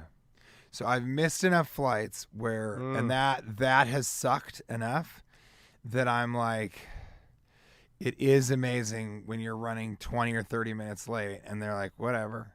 But when you eat the food that's on the private plane, it's not that good. And then I had a friend who was bitching about flying commercial. It's a friend of my father's, so he's like in his late 70s or whatever. He's like, it's so terrible. And I go, yeah, but the food's not that great. He's like, well, you could order stuff to go to the flight. I'm like, yeah, you can also go to the fucking Chili's too before you get on your commercial flight, you pussy. I almost called him very, very a word that could get you canceled nowadays, but I was like, you fucking twink. Like, what is your problem? Yeah. That's my new word for Chili's too we like that. And It's also, fantastic. what's the little Outback that I like? It's not an Outback. It's like a little Outback Express. Yeah, it's like a Outback Outback Junior. Express. Oh, I love it, Outback Junior. Yeah, man. That's But garbage. the way that I do it, I'm very lucky. The only thing is I enter in, I'm flying first class. I have clear and finally TSA pre-check because the government's finally okay with me. And then I belong to all the clubs because when you fly as much as I do, you can buy the club with the miles. Yeah. Oh, yeah. I don't have to pay the $600. just go right yeah, in. it just is this. Perfect. So then, I have diamond medallion status on Delta. They have to kiss me lightly on the forehead every time I come in. And so I go and then I go straight from there. I board last. So I'm not waiting in line on the jetway. I'm not like, oh, yeah. I don't understand the people that board first. But I also check bags. People that board first, they want to have their carry-on on, I guess. It's the fight for Why the space. fuck would I want to spend another 20 minutes on an airplane? Like, I can walk around the airport. The only thing that sucked was airports are so full of people. And I knew this when it happened because it fucked us up financially, but I knew there was going to be one silver lining. And the only thing that sucked about being in airports was that there's so many people and there's nowhere to hide and I am famous. Yeah. And so you're taking a lot of pictures. You would be sort of hiding in the club. You Yeah. open it up. But since the pandemic, I wear a mask. Hey. Yeah. So now it's very interesting to be in an airport because I'm wearing a disguise. I have dark glasses. I look like the Invisible Man. Yeah, like Darkman. Dark glasses. I have the thing, and then I wear a hat. Yeah. And no one can tell it's me. How could they possibly? Yeah. Until I talk. Oh, that'll get you. Yeah. Once I talk, they're like, are you TJ Miller? Because my voice is it's almost more famous than I am, to tell you the truth. Well, you've been in so many gigantic animated movies, animated series, yeah. and then Talk about just Gorburger. that's my voice, Gorburger, which Yeah. I think we're doing Bring a it back. podcast with. Really? I think we're coming back with it with a video podcast. I was explaining Goreburger to That Tom it's- about how. Can I think give you a so. compliment about and Goreburger? if you like, yes, please. Well, I was just gonna say it was before everybody was doing the alien host. I'm looking Yeah, at yeah. you, John Goblin. It's funny. John Goblin's Where funny. is he? He's over there. No, I'm looking into the camera because I want. But they're all now that you have. I've the, never seen John Goblin. Very funny, but it's the same premise of like, well, the host is a goblin or the host is a space monster that took over a Japanese news station, right? The idea of the host being this intergalactic creature or something. Yeah, is but wild. I think John Goblin is the only one. Somebody said there was one other, but it's totally different also. But we're going to do, and then with Goreburger, we're going to do this video podcast, and once it kind of catches fire, we're going to do a movie. Oh, 'Cause that'd the be good. people that I think we're doing it with are like very fucking cool. Was They're that very, very really fucking cool. 2012? Yeah, totally. I It think. doesn't. I went back and I found some episodes and we were watching it, and it holds So up. good. It's awesome, and Yeah, it's it's so good. it's something that like because I love absurd, like I love the craziest, weirdest Yeah. stuff, and it's so well done, like Yeah, all it's that. so fun. It's the director brothers and Sean Boyle and Ryan Chavez and Nick Vatterott was writing, and Oh, I'm glad it's yeah, coming I back. mean it's really really exciting. But the people that we're I think gonna do it with, if you like horror films, we stopped. We got gotta to get this guy outta here. We stopped talking about Bitcoin. Have you heard AI is going to figure out the Bitcoin chain and then ruin He's it? back in. He's back in. He's back in. That's how I got scared. I was like, oh shit, AI is smarter than everything. Yeah, we'll see about all that. Oh, no. But so it was interesting. So, well, if you like horror films, then one of the best horror films of the last little while, we might be doing it with them. So I'm excited about that because I think that kind of sort of matches what's going on. And then, so yeah, so we, how do I say this? It's like. I did forget what I was talking about. It's totally fine. It's totally fine. Well, about the Goreburger podcast. Gore and, podcast. Oh, just also that I become this kind of invisible man because I was talking about my voice. Oh, yeah. Becoming this invisible man. See, we're having fun, so we're moving so quickly. This invisible man sort of thing where I'm in the airport and no one recognizes me. Yeah. And that makes flying commercially just amazing. You It's, like, blend in. perfect for People me. watching is probably good. You can It's be great. normal. And I love airports. I think that was the guy that I was talking to was like, once you fly private, you never want to go back to commercial or whatever. And I said to him, like, I find he just hated airports. He just didn't want to. He was such a snob. He is a snob, but he just hated airports and he can't believe. And it's like airports really I find fascinating. Like I like America. I think America's really interesting. But airports, you really get to see like all different types of people, and here's how people are dressing, and they're all different ages, and they have kids or they don't have kids. And then when you're on the flight, there's interesting people, but you don't have to really talk to anybody on the flight. So I end up on the flight just like getting work done, thankfully. And so I really like the traveling, and I like kind of going all over. And the other thing that I like, and this blows people's minds in New York and Los Angeles and everything, I really like Florida. I think Florida is really, really interesting. I think it's interesting the different places from Miami to Jacksonville. Completely It's just different. Such different. I mean, you can't even believe it. I went to Key West for the first time. I Yeah. thought that was fascinating and difficult to stay sober. That's a wild Yeah. place. It's yeah. wild. You can get in some trouble there. You can Yeah. take it easy if you want to. You It's- can relax, or you can get into trouble. I call it the See gay some Bahamas. history. yeah, it's like the gay Bahamas. Was there a lot of gay people? Yeah, Yeah, just and get there's out of there. there's a bar that Tom and I have frequented before. There's a bar called it's Eden Bar, right? Yeah. Where you be can nude. go up on the top and be nude. Yeah. And there's a lot of old man dicks up there and stuff. Fantasy It's cool. Fest It's cool to go up is- there and have a beer with old man dicks everywhere, and you're like, ah. And know? you have to be naked though, right? No, You no, just no. can be. No, Yeah, you you're just just walk. allowed Me to. and my wife are walking around. There's just old man dicks everywhere. We're having a Miller Lite. Damn it! I wish we would have known that. That would have been such a, a good funny, spot. funny group of people to go to. Yeah, and I'm sure we'll go back. I think I will never do more than 2 days there. Like getting in the night before, then a day and night, and leave the next day. But it's kind of like Vegas or New Orleans, where it's like for someone like me, it can get pretty dangerous. But now I know Key West, Miami, and then I play Tampa. I love Tampa. I love Ybor City. It's so funny there. I play Port Charlotte. I play Naples. I play Jacksonville. You're all over Florida. And so I really get a cross section of Florida, and I just think you guys are really, really interesting down here. And everybody else thinks you're fucking crazy and stupid. I mean, you are crazy. We're pretty stupid sometimes, too. We do some stupid stuff. But I think the weirdest thing is there's like a laziness down here that is positive and negative. And so you have just a different kind of life outlook. It's like an island time type of deal. Yeah. It's like adjacent to. It's like hillbilly island time. Yeah, exactly. But it's people who are like, I don't want to pay taxes, obviously. But it's people that are, and what's funny is then I don't want to pay any state taxes. And it's like, well, you get paid less, right? And the jobs, yeah, but I don't want to talk about that. That's not what I'm talking That doesn't about. fit my narrative. I'm talking about freedom, asshole. But, New York is like such a rat race. You saw it. Yeah. It's crazy. It's crazy. I do like everybody minds their own business. And I thought about celebrities living here. I'm like, I bet no one bothers them because no one fucking pays attention to anybody around riding them. a bike. Yeah, right. For Christ's sake. Like, No, but walking, and then when I first got to New York, I was, hey, let me get a picture. You're lucky. In their mind, you're lucky I'm recognizing you. This is so awesome that people want to take pictures with you. Yeah. And now I am so famous because it's weird. It's like I do much more stand-up. So I have younger fans from the stand-up. Yeah. Sort of. But people keep watching my movies every year. Yeah. So in some ways, I do become more famous every year, which I never would have thought of or expected.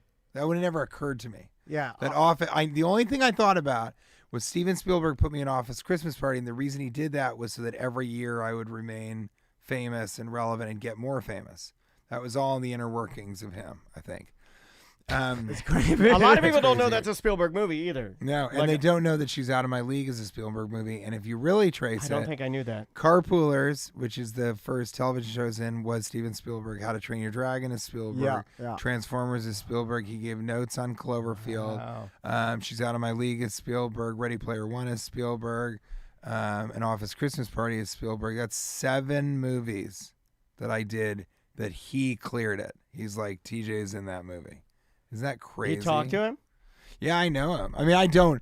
He's not a guy that you have his cell phone Right. unless, I don't have his email. I don't email him. But yes, I know him. That's cool. He knows my wife. He's very sweet to my wife. And yeah, we've had dozens of conversations. He's fascinating and cool and funny and humble. And obviously must like you or something you're doing or your energy or how you Well, work. he finds me very funny. And Michael Bay is the same way. I am friends with Michael Bay. I'll like text him. Ryan Reynolds, I'll text with him.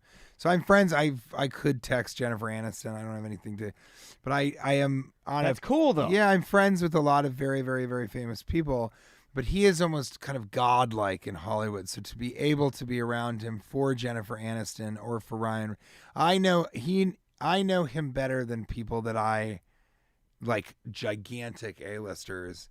I've never had a conversation with him. They don't know him. Right. But he's really brilliant. I think he finds me funny. For some reason, I tickle his funny bone, and his wife thinks I'm very funny, which is always important. That's a big thing for me.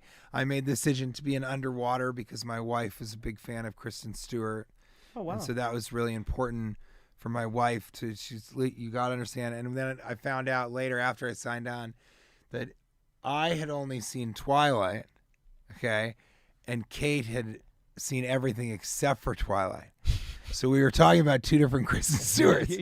So I was like, the chick from Twilight, which was the first thing that she did. How could she possibly have been anything else than very good for the first movies that she was doing? Like Jennifer Lawrence in fucking Hunger Games. And then Kate had seen all these like indie films that she had done as this auteur actress. Right. That was so it was very funny. And then, I went and I did the movie and she's fucking incredible. She's one of those people where it's like amazing to watch her act. Like when I'm not on set and doing the scene, I would like leave and go and just watch her act. As like a fan of acting. Yeah, or and just something. to learn, because I'm not really like an actor. So I really felt like with Kristen, I was kind of like, wow, this is really, really fascinating. And she's kind of a gangster and cool. Do you and- choose everything for fun? This is what you were saying earlier about him. Yeah, it seems Yeah. like you got to ask that question. What you choose to do, it seems like it's not financially driven per se. It's like, and you choose to do it because it's interesting, or Yeah. you know, Yeah, like, I've tell the never, story I've about- never, or because like you want to joke, like I was in Yogi Bear, like you want to Yeah. be, yeah, it's a that's why. joke. That's Or why like I when did you're- Transformers. Yeah. Or like when your friend An told emoji you. movie. That's why I did Yeah. the emoji movie. Emoji movie. For a stand-up comedy intro. For But credit that's for awesome. stand-up. And then like, and That's how then, much I like stand-up. and then a friend told you like about like your character on Yeah, Ehrlich. Ehrlich. Silicon Yeah. Valley. on Silicon Valley. Chris Pratt. And they're like, don't you want to be rich? Yeah, Like- totally. Don't you want to? Didn't somebody ask you Yeah, that, don't right? you want to buy a boat? That was kind of the mentality. No Yeah. one said that, but it was sort of like, what are you doing? Like, don't you want to be on television? And everybody was so nice. That's the other thing. It's like, I was in Cannes Film Festival, and it was for the Emoji Movie. It was such a funny. Kate met Tilda Swinton. Now they're kind of friends, Wow. and she's so amazing. And I like said, Tilda Swinton was like, "So why are you two here?" And Kate's like, "Oh, TJ's here for the Emoji Movie." And Tilda Swinton goes, "The Emoji Movie is in Cannes Film Festival?" And we were like, no. It was a prank. We're doing a prank. Relax. I could feel her being like, why am I here? What has happened to this goddamn... She's questioning why. Because she's one of the best of all time. So, yeah, the Emoji Movie I kind of did as a joke. But I was in Cannes, and it was so amazing. Mike Judge called, and he was like, you don't have to do... We had this idea for you and Jin Yang sort of going to China and being on the dark web. And I just was like, I got to do the next... Like, it's so funny to end this way. And he's so fascinating. He kind of said... He said, in some ways, I'm jealous because I'd like to go and do something else. He didn't mean he didn't love Silicon Valley. Sure. He just meant, that he wanted to, like, I don't know. He just likes to do new things. Well, That's go just back who and he watch is. the ending. I don't want to spoil it. The show's good enough to go back what he's referencing of the character and how he kind of Yeah, and how I sort of ceases to exit. But when I exist. saw that, It's awesome. I was It's like, a great the perfect ending. exit. Yeah. But then Clay Tarver, who's a brilliant guy, and was a writer and then directed a lot. He called and was like, dude, just make my life easier. Just come and do Ehrlich, and you're so funny. He was so nice. And then HBO called me, Amy Gravitt, and it was just so cool. She just was like, I don't want to not see Ehrlich on screen. I just don't want to. She was so sweet. I don't want to live in a world where Ehrlich isn't on TV. I said that was so nice, and she was like, well, would you be open to a season finale thing? And I was like, Amy, the funniest way for this to end is exactly how it's ending. Just the show is amazing. You've got these incredible people. She was so amazing. You held your ground though on it, right? Yeah, Like, but I think it was really, really incredible for HBO and these two guys to say, like, we would really like you to stay on in any capacity almost. Sure. And I think in some ways, yeah, they didn't believe that I would actually step away. Maybe they thought I was bluffing, but it wasn't. And maybe they thought, it's interesting too, because they didn't offer me, I was talking to Jim Norton about this recently on his new show. And we were talking about how they sort of are like, don't go, but they also aren't like, I'm going to give you so much money. I'm going to give you an offer you can't refuse type of thing. Right. And I think that's because they think they hold all the power. And then when you show them how you are more powerful than them, it like they don't know what to do. They're knocked off kilter, and they don't want to be the person that has to admit, okay, well, you know what? Instead of $100,000, I'll give you $1 million. They're not going to do that. And then they're also, everybody always thinks that somebody else will be just as good. Like I thought 2.5 Men was the best example of that. Or where Charlie Sheen kind of went off the deep end or asked for too much money. I forget. But Winning. he is so talented. And in that show was the show. Like Yeah. John Cryer was the show, but like Charlie Sheen was the fucking show. Yeah. And they fired him. Chuck Lorre was like, I could get anybody. It's all about my words. It's about the show concept. That's all it is. And I think, didn't they get Ashton Kutcher? They did. They got Ashton And the Ashton show Kutcher. just, Yeah. And that was the end of it. tanked. That's Yeah. corporate entertainment mentality. Yeah, we've seen And that. so they really thought, you know what, they're not, we'll find somebody else is the idea, and you can't find anybody else. Yeah. And Silicon Valley, I thought all those guys are really, really fantastic and all that stuff, but when I left, it's not me, it's just the chemistry that was there after I left. Again, I'm It not changed. saying I was the changed linchpin of the show. I Yeah. am saying, other people have said that. I am not saying that. I am saying once I exited, the chemistry kind of wasn't the same. You lost the thing. And then they stopped getting nominated for Emmys, and the show just kind of drifted off into the ether. I don't think it became a bad show. I don't know. I think I watched one Did episode. they mean for your character to be as big as he was, though? Because the show How do you was mean? about Richard, and your character kind of took the show over, and everybody was like, no, dude, you got to see TJ's character or their show. Every scene, like the kid scene, there's a scene where you start explaining, like, through a series Yeah, of, like, the dick- yeah, I don't want to, I'm like, it's That's worth insane. going and watching again, because it's that good. Yeah, it really, But really those were is your good. scenes, and I'm not saying the guy that played the Richard character was great too. But my point is that it kind of became like we didn't know of your character until the first couple episodes, and then it was like your show from a So, viewer standpoint. If you watch it, and I appreciate that, if you watch it, the guys who created Altshuler and Krinsky, who are both brilliant, just brilliant, brilliant guys, Altshuler and Krinsky,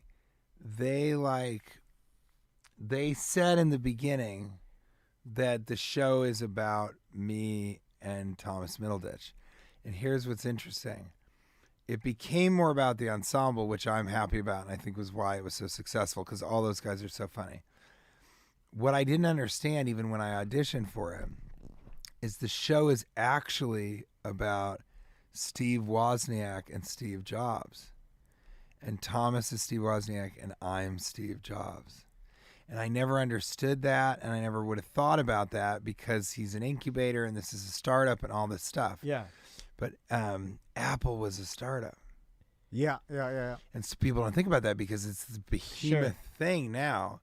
But in the beginning, Apple was kind of a brilliant engineer and a guy who just had a big pair of balls for no reason. And they morphed into what that thing was. And so that was the show. And I guess HBO didn't really want it to be... I guess they just wanted it to be more of an ensemble, and they didn't totally. So Altshuler and Krinsky exited, and then they got the guy from Curb Your Enthusiasm, who I think also wrote on Seinfeld. Yeah. And he kind of came in and took over a narrative and made.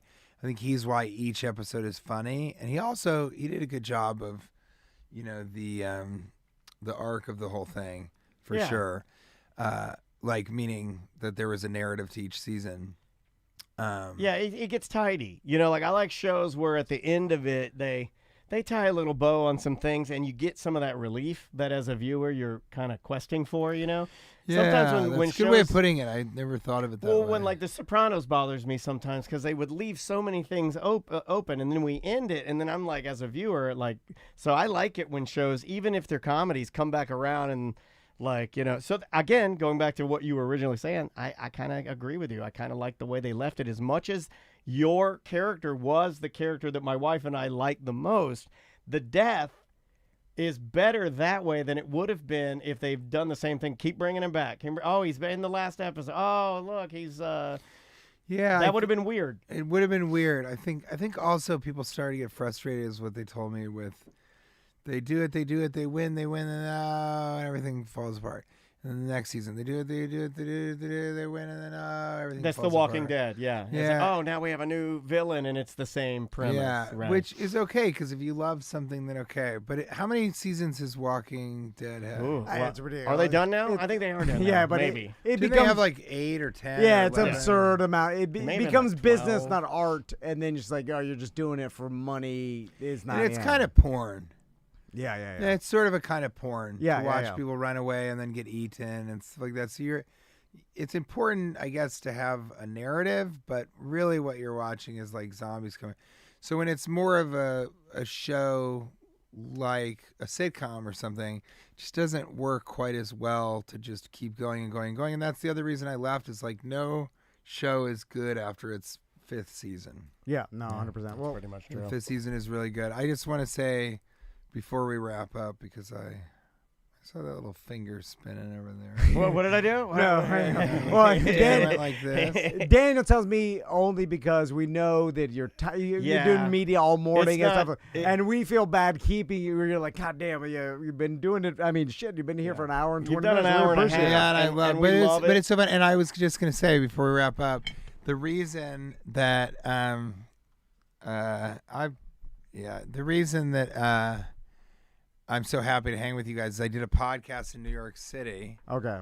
I guess it was right before I left, like Wednesday, and it was the worst experience. And I have very few, I'm so but I sorry. did it because there's a comedian that I really like. He's really funny, and he does other stuff besides comedy. He does sort of, just shit that I do outside of stand-up, but still entertainment. And the podcast was like so arduous. It was like some of the hardest work because of the status anxiety. And there's just this one guy who would have been the you Okay. of that podcast. And he was so much status anxiety and so much like, what do you mean? What do you mean? And it was so bad because I had to like keep leaning into being like, well, no, I mean, you're right. You're absolutely right with that one. Or I would wait and he'd say something that wasn't that funny and be like, yeah, exactly.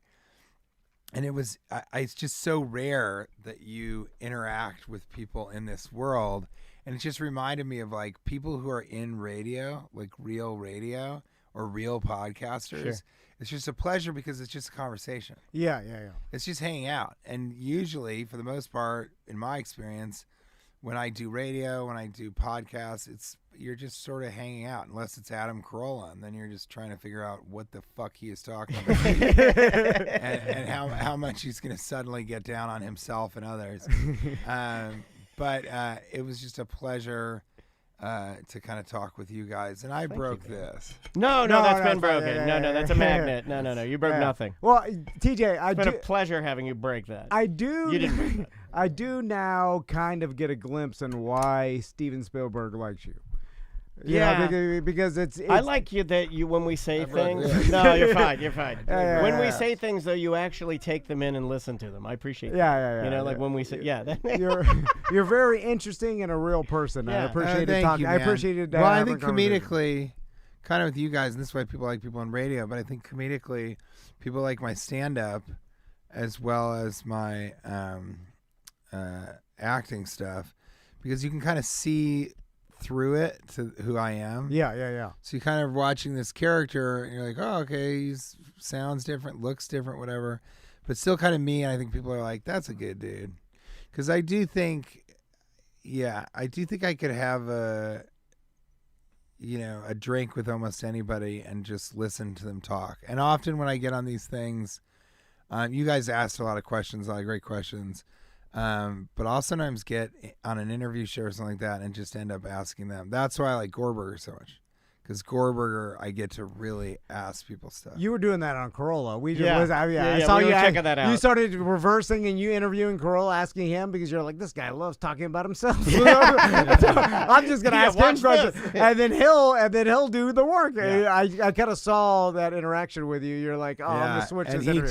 totally, I was like, I want to come back and ask you more questions. And Adam's like, sure, yeah. I like that. I like that more than asking you. I mean, now we're talking about you. Well, TJ, thanks so Thank you, much. man. for coming Thanks, by, man. I guys. appreciate it. Orlando Improv Yeah. tonight and tomorrow. Yeah. Orlando.funnybone.com. Get your Boom. tickets. Yep. One show tonight, two show Funny tomorrow. Bone, that's right. It's the Funny Bone. Yeah, now. funny Yeah, man. yeah, It's yeah, fine. yeah. It's fine. We took care of it. Guys, we will see you on the Friday Free Show, which I'm just going to put this on hold because All we'll right. be right back. Bye.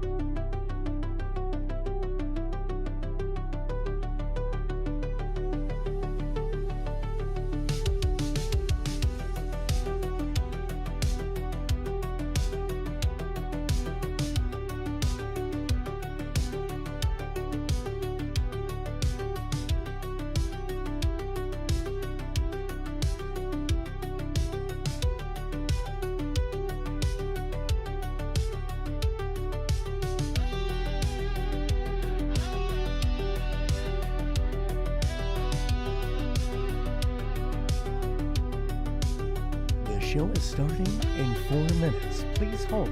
TJ Miller is using our bathroom.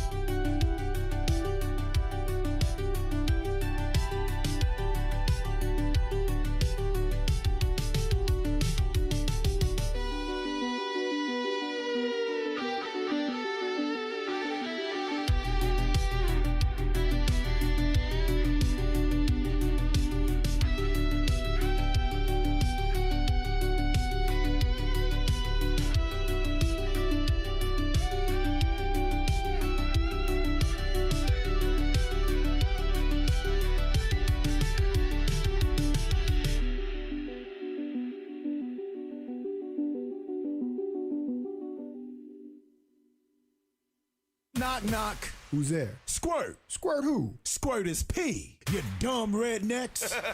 Right about now, you are listening to the incredible A Mediocre Time with Tom and Dan, who kindly remind you that squirt is P.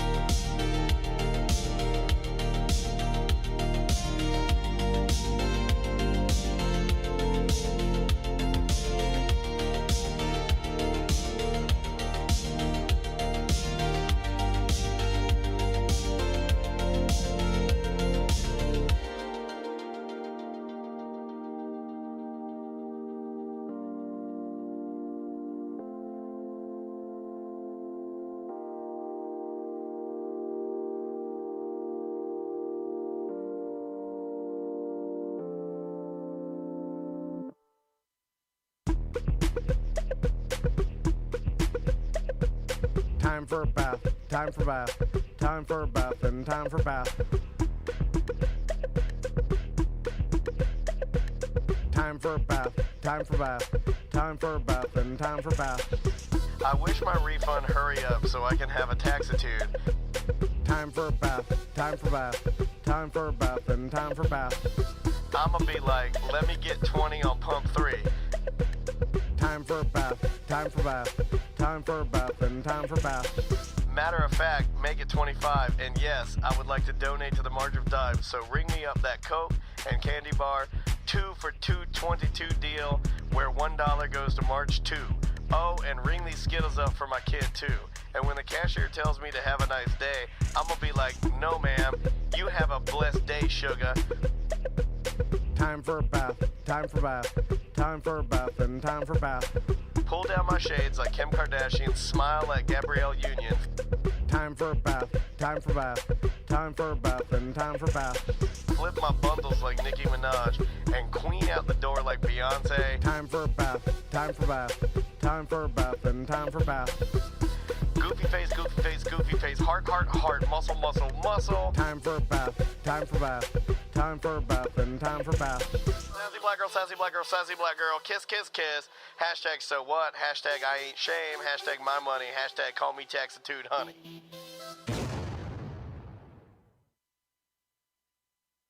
Live from the Injured on the Go Just Call Mo studio. It's a blast. It's Orlando's own Tom and Dan.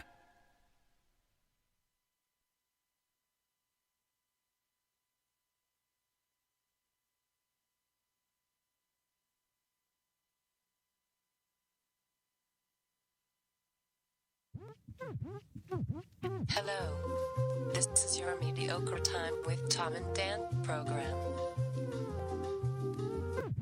We hope that you will find our presentation precise, joke heavy, and just right. Thanks.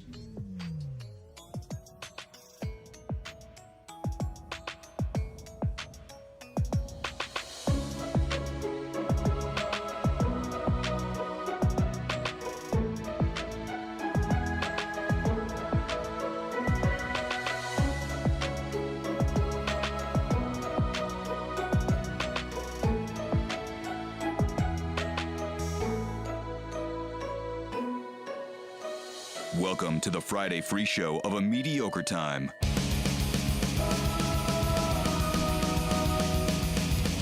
You know what time it is, dude. It's another edition of A Mediocre Time with Tom and Dan. I'm Dan. I'm Tom. This is the first time this ever happened. No, where never happened. Comedians stuck around for at least the beginning of the Friday Free Show. I love it. Comedian actor TJ Miller's still here. We did an hour and a half. Refuse to leave, right? I like that. I like that. So It's gonna be Tom and Dan. Hey, why won't TJ leave? no. Yeah. A mediocre time. A mediocre time with Tom, Dan, and is TJ gonna quit drinking our liquor? You're allowed. Have whatever you like in there. Make yourself at home. We just appreciate the conversation, man. We've been having Love it. a good Yeah. time talking with you. He knew that the intro that I created, maybe 5-6 years ago, was my kind of tip of the hat to Tribe. Yeah. And a Yeah. Tribe Called Quest. And I love that you love that, but yeah, Midnight Marauders. I mean, Yeah, I'll be I was talking telling about that them on Weekend. I went to a school that was mostly black and Latino, so it was kind of ghetto, is what we would call it back then. And I was in like a clique, the Berber clique, with like 3 other black guys, and my high school sweetheart was in like kind of a Hispanic clique, and so she was like a little gangster. Hell yeah. Mm-hmm. And Like a chunga? She was a white chick. My Yeah, but she- wife's a chunga too. His wife is a, I grew is up a in former chunga. I grew up Really? in Miami, so Oh my God! Then there you go. Yeah, she had the big earrings, and then she drawing her eyebrows, right? She talked about drawing her Yeah, Kate did that. She didn't really do the. Yeah, her name was Kate. Also, my wife's name is Kate. High school. You is got a Kate thing. I got a Kate thing. I think it's because the hard consonants. Yeah. Kate. I think it makes girls harder. I'm serious. That's that's my recent theory. But yeah, so our high school like sweetheart song, our song was Electric Relaxation, which is a pretty like smooth hip hop. It's not hard because like at my school, you either needed to decide. I grew up in Denver, inside the city, and you either needed to decide you were West Coast or East Coast hip hop. So Oh, I was true. Notorious B.I.G. She loved Tupac Shakur. Okay. We would have fights about it. That was like what our school was like. But yeah, so we were all about Tribe, dude. It was Tribe and then the Beastie Boys. I Yeah, was we- so deep into the Beastie We very Boys. much love the Beastie Boys. Like, I'm 48, so it would have been Tribe, Farside, Beastie Boys. Farside is sick. What else would have been? Your wife and I have talked about this before too. And then I kind of you would get the inklings of gangster rap for me. So like I had a lot of like NWA, and then that led me to Ice Cube And Wu-Tang. You were a Wu-Tang kid. Wu-Tang was really, I would say actually in high school, Wu-Tang would have been, I would have gone to them before Farside, but I loved Farside. I think Fat Lip, and I love that fucking video. I think it's Spike Jonze where they do everything in reverse. Yes. It's so fucking cool. Yeah. But I was just about that. Like I was in 8th grade or whatever, 9th grade, I was listening to Nirvana and shit. Yeah, and then I got to East High School and it was like, yeah, you're not going to be listening to that anymore. We really was the vibe. Like nobody, they were like, we don't listen to that shit here. It's all fucking hip hop. That was the deal. It was like a gangster school. So it was like Latino hip hop and then just other hip hop. And I just never listened to Nirvana again. I'm not joking. When I got to college by that time, I was just such a hip hop head. So I'm from DeLand, Florida, which is about 31 miles that direction. And before it was cool, where right now it's top of the charts, it was everyone listened to rap and country. That's it. yeah. There was no rock and roll. It's not. I listened to So- punk rock, but like Yeah. I was a weirdo. But everybody at the school listened to rap, and then the same guy that like Gun Rack, raised truck, big wheels, super swampers, the whole nine, would be listening to country or rap. That's it. Yeah. There Like was only like rapper yelling the N word, and then like country artist that almost seems Talking racist about- mixed yeah. together. Yeah, it was weird. Talking about the N-word. Yeah, it was very odd though that those things have always worked together, country and rap. You look at the top of the charts right now, country and rap are the top. Look at country music, the beats that they're using, it's rap. Look at rap, the people that are singing, it's it's so country. weird. It's always worked. It's worked in the 90s. Riff Raff was Oh, you know Riff Raff? I'm a fan of his for sure. I've never met him. No, I never met him. But he has a song called, he had all this hip hop, and then he has a song called "I'm Not Gonna Give Up My Truck." Yeah. And it's just straight country. And Beyonce kind of did that, and I was like, what a weird world that we live in where that became. And I never listened to country because you would not listen to that in where I went to school, any of my schools. That's his persona, but it's Dale weird D'Antoni, right? Yeah, Dale D'Antoni. He is has the new mullet. thing. Yeah, Yeah. he's doing that now. Wow, crazy. But yeah, thanks for having me on, guys. Yeah. Wow, we forgot to cover some business, right? Well, We yeah, gotta let's do talk something good. And we did an hour and a half with TJ Miller. You could listen to it on our feed, obviously. But TJ was like, "Oh, I never got to talk about my I charity." forgot because we were having such a good time. Yeah. And so my friend Pat Bryce, an incredible comedian, just like one of the best. We came up in Chicago, and he came up in the scene with like just the best comedians like C.J. Sullivan, Pat Bryce, Ricky Carmona, Mike Bridenstine, like Kumail Nanjiani, who's on Silicon Valley, Yeah, Pete man. Holmes, Matt Bronger, Kyle Canane. The list like goes on. Kyle's here a lot. He's in Orlando a Really? lot. He's Yeah. great. We like He's- that guy. He is so. You just like him because you guys look similar, but no. But he's and the list really is too long to go through. Hannibal Buress was there, Mike Holmes. Like, Wow. it was just this incredible group of stand-up comics. Josh Cheney, Nick Vatterott, who writes for Bill Maher now. David Angelo was there for like a hot second. Nick Vatterott's a fucking genius too. But Pat Bryce was this guy that all of us, Sean Flannery, I'm gonna keep like this, keep going to mind. Yeah. Pat Bryce was this guy who had a radio show with Sean Flannery and CJ Sullivan, and Nate Craig is another great comic that went on there. And Pat was just such a good improviser, so smart, such a good writer, and he died. He died right when he and CJ Sullivan were going to move to New York City. He died right as I was getting him voiceover representation because he had a great voice too, and we all three of us know how important that can be. And he just was set to blow up, and he just tragically died. And it was like it rocked the Chicago stand-up community. Was this the person that got hit by a car or something? No. No, That's a Los Angeles guy. Yeah, sorry, I didn't know. No, that. different thing, but also equally tragic because he was brilliant too. He was best friends with Josh Adam Myers. And this guy never got to see he's working on it, ready to go, and everybody around him knew how good he was. Well, Pat Bryce is like that. For us, it was like that times 10 in the sense that we just knew what a star he was. We absolutely, I don't know, just like adored him. And I think your wife just walked in with some Coors Light. Yeah! Just like you were talking about. That's my tall wife. You ever see my tall wife? That's my tall wife. Okay. Yeah. I'm on this terrible detox. That's my tall wife. Yeah! Look at that. Delivered to me in front of a famous person. My God. And during a foundation See, you plug. get to fly first class. Yeah. I get a Coors Light delivered to From me a by cool a tall wife. woman. Tall, cool Oh, wife. my God. Trying to bully me. I did try to bully you. Thank you, baby. That he'll What a be sweet so one. mad at me later, and he's gonna fuck with me all day because I had my tall wife bring me a Coors Light because it makes He's me working look. right it now. makes me look like I have my Punk house rock. in order. Yeah, it's very cool, but it's okay. Anyway, It's punk rock. charity. Yes. So that's so funny. So he died tragically. We all knew what a star he was. We all knew where he was headed, and he was such a good dude. Also, he's such a solid guy.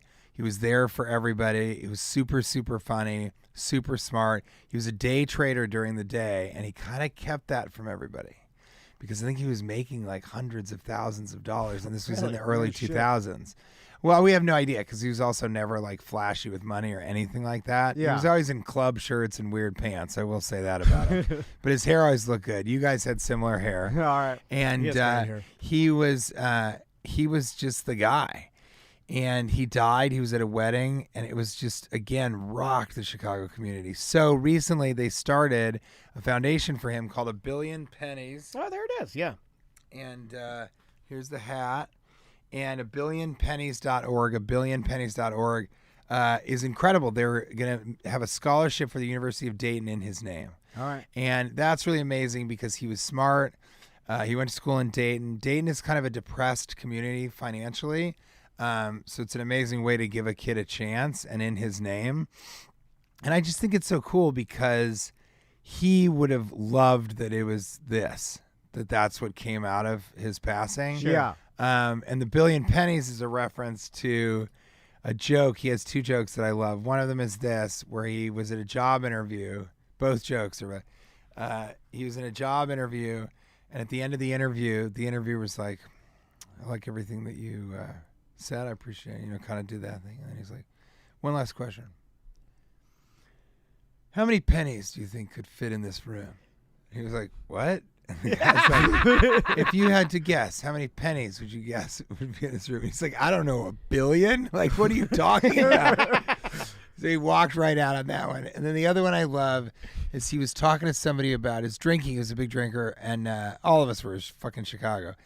And this guy was talking to me, and he was like, how many Miller High Lifes do you think you drink in, I don't know, let's say a month?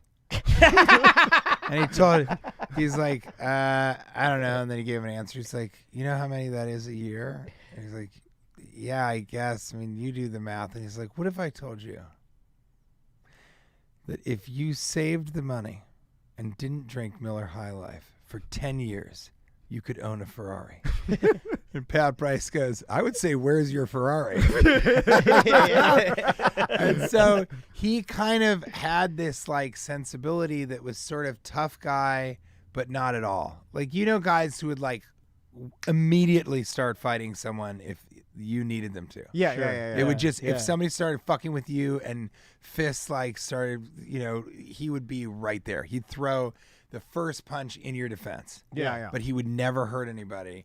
He was good to women. He was just like a good fucking guy. Yeah. And so I feel that he would be like, damn, not only is that great and that a scholarship in my name, that's fucking great.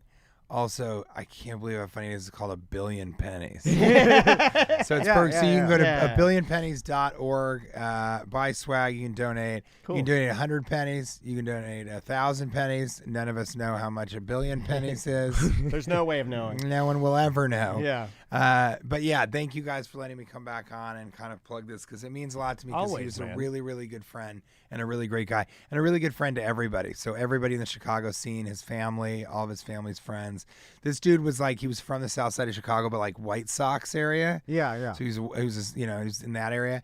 He had hundreds and hundreds of people lined up to come to pay their respects when he had an open casket funeral. Yeah, beloved. And his parents were beloved. And so I'm with that. Thank you guys. And you know what? I also wanted to do this because you guys kind of are like that. Like you have a vibe that's similar to his that you just, I think that's why you're so successful on radio and podcasting is you're just good guys who would probably hit somebody. All right. Thanks, guys. Thank you, TJ. I appreciate it, man. Good seeing you, man. Thanks again. Orlando Funny Bone. Yeah. Very good. Good seeing you.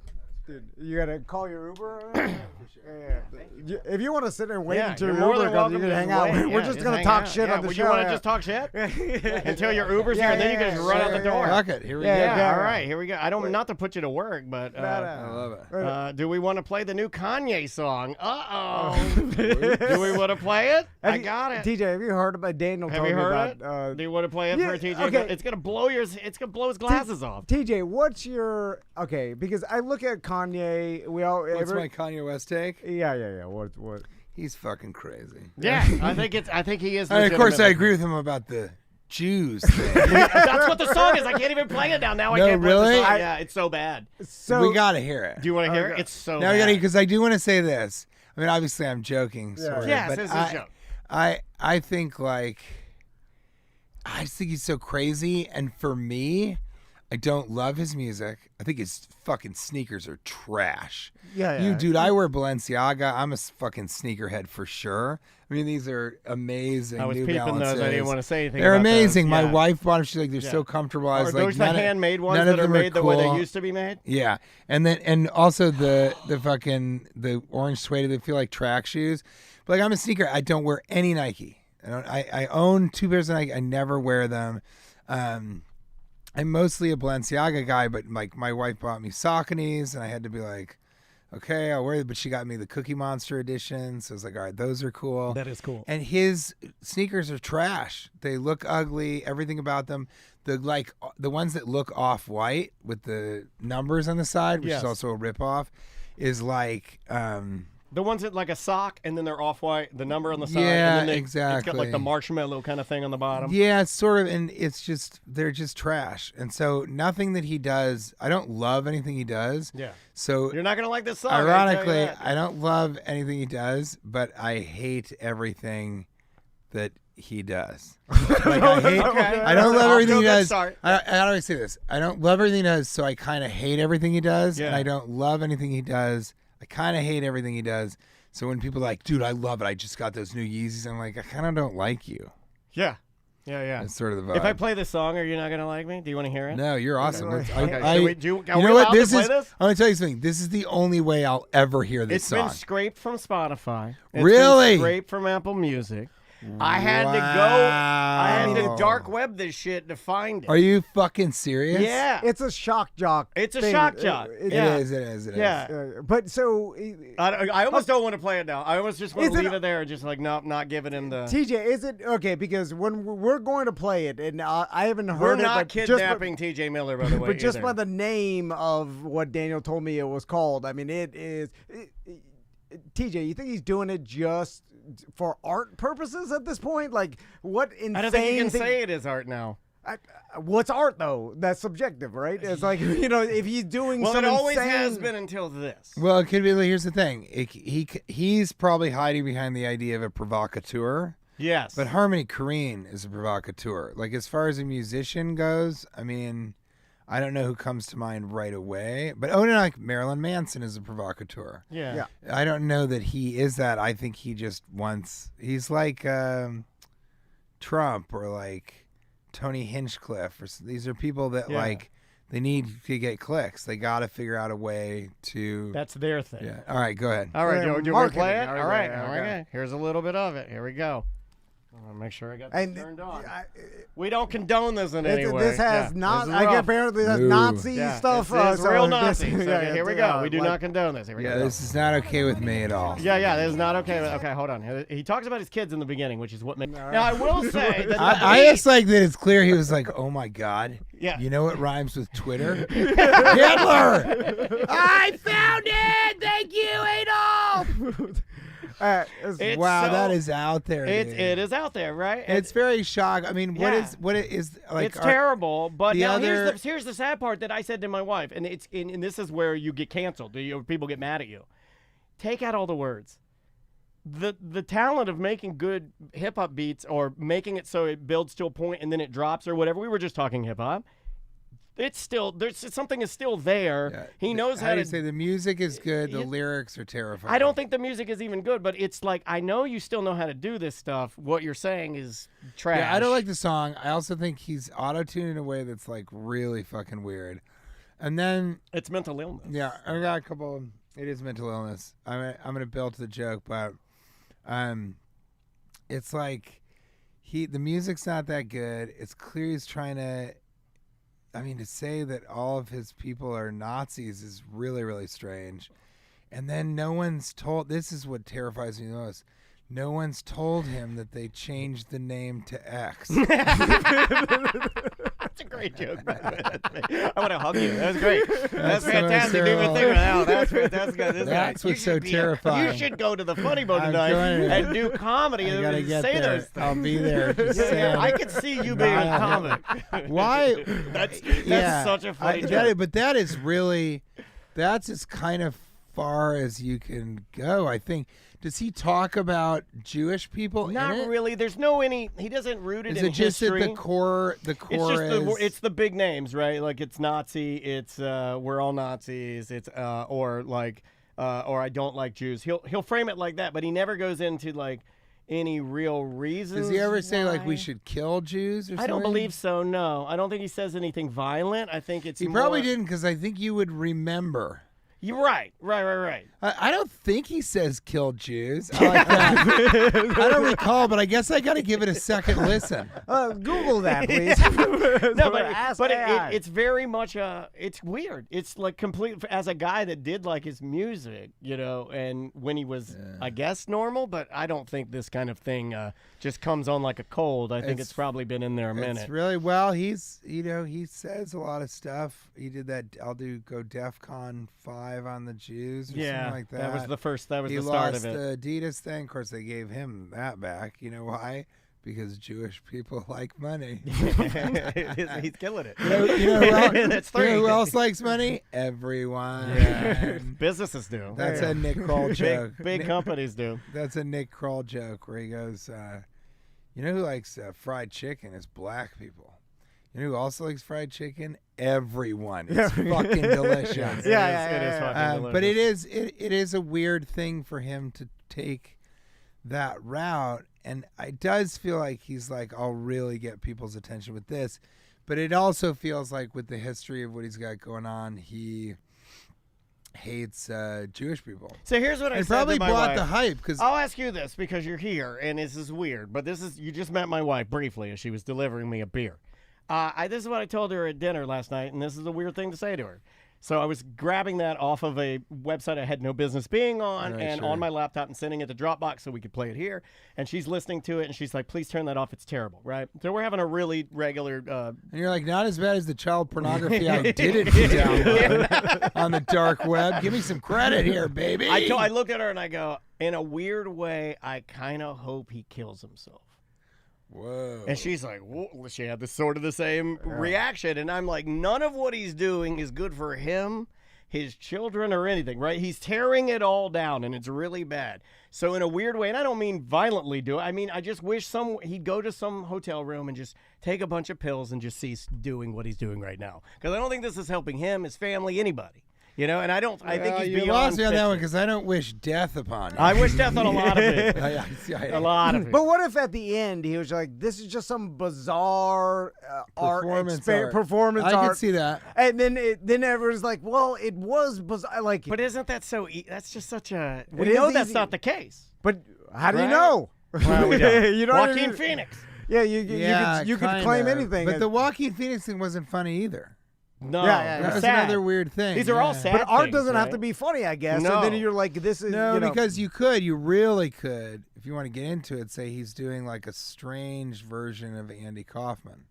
Because when Andy Kaufman was wrestling women and saying women are trash, all that stuff, that was during a time when women were really, really upset about how they were being treated, and they were so much about equality, and he was like, no woman can ever, all that kind of stuff. And so, you know, he might be the Andy Kaufman of this era, and we might look back and it'll be clear that he was whatever. But it's very strange.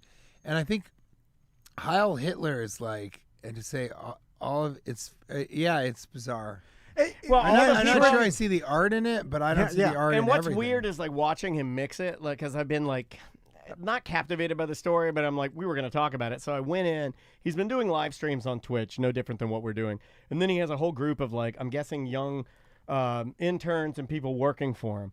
So you see a room of like what appears to be, from me as a 48-year-old man and a fan of hip hop and stuff. I look at it, looks, you see the studio, and there's nothing but like 10 to 12 young black men mixing a song, and you can hear it, and it's all Heil Hitler. And that is just, that's a weird, fucked up thing to, I don't know. It's just weird. It's weird. Like you just said, it's weird. It's like you're looking at a He's group. in a position to spread anti-Semitism at a Hitler-like level. That's what I'm thinking. Yeah, Well, he's. you know what's weird? But Jewish it's people are normalized. not- It's normalized. And right? Jewish people are not a difficult target. That's why Hitler went off him. I'm doing a joke right now called doing a joke right now about how I've read Mein Kampf, because I have, and no one else has. And the reason I read it is because I think you learn from history so that it doesn't repeat itself. And the joke is, of course, finds its way to like, have any of you read Mein Kampf? Because really there's only one chapter that's devoted to anti-Semitism. The other is failed German military techniques and the effective use and implementation of propaganda. I said it's interesting because there's only two people I know for sure that have read Mein Kampf. It's me and Donald Trump. And it's true. He said, he's been documented saying he has Hitler's speeches on his bedside table, and he studied them. And so, and if you know Mein Kampf, which neither of you do, you'll never read it. Yeah. I watch stuff that he does, and I'm like, that's from the fucking playbook. Weird. But nobody knows it. Yeah. And I can't talk to you about it because you can imagine if I have somebody, hey, listen, I've read Mein Kampf. I want to tell you. right. Really, you can't Yeah, do it. yeah, So yeah. nobody's read it. Nobody could see it. Nobody understands it. I'm not saying everybody in America should read Mein Kampf or something. I just think that's really, really interesting. And Jewish people are a really good target because they often are in positions of power. They're excellent storytellers. So because that's throughout their culture and history, all of their they tell stories in all of their holidays. So it's a rich tradition of storytelling. That's why there are a lot of Jewish people in Hollywood, journalism, all these sorts of things. And there's little things that you can sort of pick apart that are easy to rally people around and behind. And Trump is trying to do that with Mexicans and immigrants. But it's not working as well as I think he hoped it would. But he still has so much power. And Kanye West might be like, well, let's just go back to the Jewish people, the Jewish population. So that's why when I listen to that, it's fucking scary because I know the history of it. Yeah. The whole thing is completely. And on that note, and he's out of here. History lesson. I love Jewish people. I'm married to a Jewish woman. We'll take a break. It's perfect. Yeah. Well, I was also thinking of like Marilyn Thank Manson. you so much, man. Appreciate you. Thank you. DJ. I am a baby Jew, though. My mother might be Jewish. She was adopted. Well, Take she's it easy, not man. anymore. I know. he's doing jokes out the door. I love it. Thanks for coming in, man. TJ was talking about like Marilyn Manson about like artists doing things to sensationalize, shock people, whatever. Yeah. He did. I mean, remember when Marilyn Manson was standing at the podium with the red flag? Oh, it was Nazis. Yeah, like 100%. like Nazi symbolism and using it. I remember it was a big deal. Like 100%. It's like a trigger, obviously because of some of the war. Fucking Holocaust is insane. Like how horrible that is in humanity. And then it's like, so it's a way to trigger, some symbolism trigger. It's like so you're able I mean, to- shit, Marilyn Manson was doing it in the 90s. Well, you're able to pull up a response. I don't know if we've ever talked about this, but even when we were on the morning show and we had flags that we used on the stage. Yeah, because like Marilyn and Manson. those flags were modeled after Marilyn Manson's flags because they were flags that looked slightly... The symbolic nature of it. I was like, he's back. Yeah. Use the bathroom. So we have no cameras in there. But yeah, it's one of those things where like I don't know if I've ever told that story, but yeah, those things were modeled after like Marilyn Manson. Marilyn Manson obviously modeling it off of Adolf Hitler. Yeah. So maybe you look at that like any publicity is good publicity at the time, and then maybe you look back at it now and you're like, oh, I don't know about that. Yeah. But all like, I guess you could say, hey, this is art. I use all this trigger, even though it's horrible in some people's minds. But how can you define? Where's the line? I'll be honest about it too. It's like Andrea asked me. She's like, "Are you sure you want to play that?" And here's why I think I do. Because I don't think people think how bad it is. I think that because you can't really hear it, they think it's worse than it actually is. No, they don't think it's bad. They're just like, oh, it's fine. He's doing a little shirt, or he's like, or he's doing a song here. Like, whatever. No, it's real bad. Yeah, it's bad. Yeah. I think most people are like, oh yeah, yay, Kanye. Oh, it's fine. Yeah, not a big deal. There's no way that he would do a song like that. Yes, there is. Although, yes, there is. It's real bad. We did talk about them trying to scrape it from existence. Almost, it's gives it. Oh my God! I gotta stop doing that. Get out of here! What are you doing? Oh my God! I can't even say what he was doing. All these things that TJ comes in where you just cut and put out on the internet, and then TJ's like, "Oh fuck, those motherfuckers! They did it again." I won't say what gesture he was making to wave goodbye, but let's just say maybe he owns an electric car company. It's funny. I see. Today is a weird day. I'm just gonna be honest with you. Today's a weird day. Yeah. Well, it's okay. Well, normally, and then Seth's coming in probably in about 10 minutes or so, but Seth told us last minute that he was like, oh, I have to come in one segment late because I'm still trying to sell my house. And then TJ stayed for long. Like, we thought he was tired, or he was like, we'll have him for 15 minutes. I thought he had a driver. I've been talking to Alan all morning. There's no Alan. It's him. Apparently he uses the alias Alan and then texts me from his own personal phone number. So every once in a while I meet people like TJ, and they're super interesting to me, and I can't, and because I want to keep talking to him. I'm trying to figure him out. Like I'm like, where? He was trying to figure us out. Did you notice that? Yeah. He was really trying to, for a hot second, he was really trying to figure me out. I didn't like that. I didn't appreciate that. I'm joking. Jay Moore was kind of like that, yes. Where you could tell they're super smart people. Elevated intelligence levels. Yeah, these people annoy me. But the people like, and Jay Moore was like this because he's super in tune to people's emotions too, and then like he read the room at all times fast, right? Like I could see him constantly reading the room. Some people just talk. I'm like this. I read the room. I'm a room reader. Yeah, and I read the room rapid fire fast. And I can too, to a certain extent, where I was like, and maybe I'm less. No, you do it. But I try not to be annoying. Like, if I could tell, like, just pull back, just be quiet now. Like, it's awkward if I don't talk. You know what I'm saying? Right. But anyway, it seemed like TJ was. Like he's a super smart guy, and then is constantly in tune with where things are going, and is bored easily. I get like Now he's back. No, okay. Hey, it's Seth Petrozelli, everybody. Like bored by the regular and want something. I don't know. Like now, that's why. I'm not saying I'm anywhere near like TJ Miller, but there is a characteristic that he has that he was talking about the entire interview that I have, and it is that getting bored of shit. Like you would know when I get bored of shit, and you're just like, no, just give him the thing, and I'm like, I can't do that. I fucking hate it. I fucking hate it. I don't want the new thing. I want the new thing.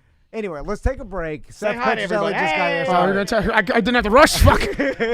Well, I was waiting. Hold on. I was actually waiting until you got here so we could take a break, then come in the next segment. Yeah. You look good. For a super stressed out guy. Okay, yeah, you look good. A little bit of weight back on. No, you look good, man. You look good. All right. No, weight back on. Good. Oh, is that good? A good yeah, weight. so good yes. I've lost weight, like you do, a shit ton. Well, and I have my cane. I see. The No? beard too. It's getting long. And There's Well, a- I'm not really cutting gray. I'm not cutting my hair anymore. Oh, okay. That's a good. Both. That's a good look. Yeah, I'm letting it go. I like it. It's yeah, like my yeah, dad. yeah. in Wait the till late Tom 70s. sees me on Sunday for his son's birthday celebration.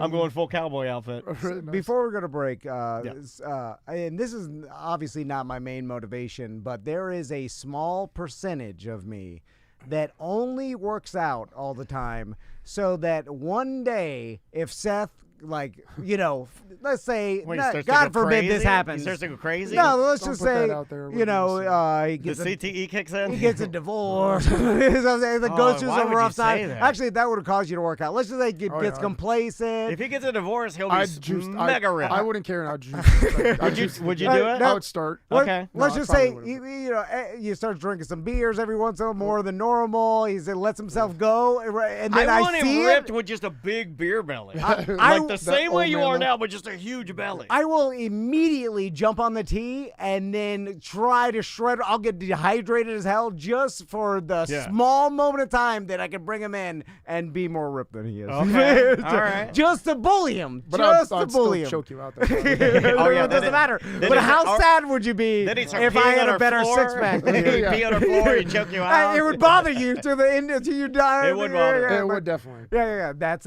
my bullying is a tiny motivation of me working out. Just bullying Seth.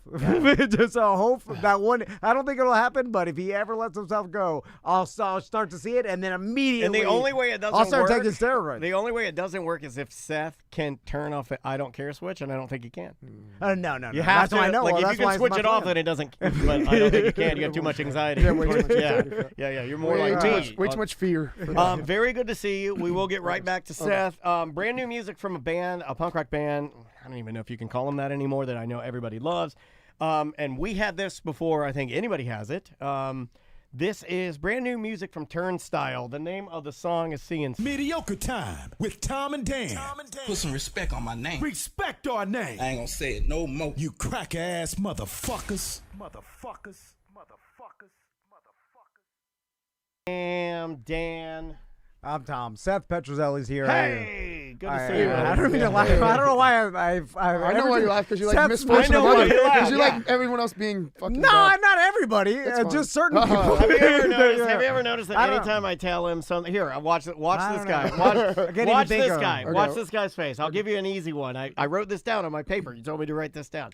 Maisie bullying me. So Maisie says to me this morning, she goes, "Hey, you look great, Daddy." She goes, "I'm glad that you're exercising again because your posture's better." I go, "Oh, wow, thanks, baby." I go, "Wow, that's a lot to recognize." She goes, "You're not as short when you're not hooked over like an old man." Look at his face. Look at his face. Lit up like the fucking You're not Santa as Claus. hooked because you're not bent over like an old man. Hooked like Mr. Burns. Hooked like a little old man, Mr. Burns. Yeah. Little hook guy. She's like, "I'm glad you're working it. I'm glad you're working out again, Daddy." Oh, wow. He loves when any of the people he considers, quote, friends, I'll use that loose because I believe he told me one time that friends are for only for children. No. Did you not best- tell me that? No, I just said, he's best, the who's best- your best friend? What the best friend? Friends are only for third children, this grade? man. And he loves that you are suffering. I He know. loves I know. No, I don't love it. I'm just fucking You with don't. them. I like fucking with my friends. It's my love language, giving people shit. I was just talking to the BDM page yesterday.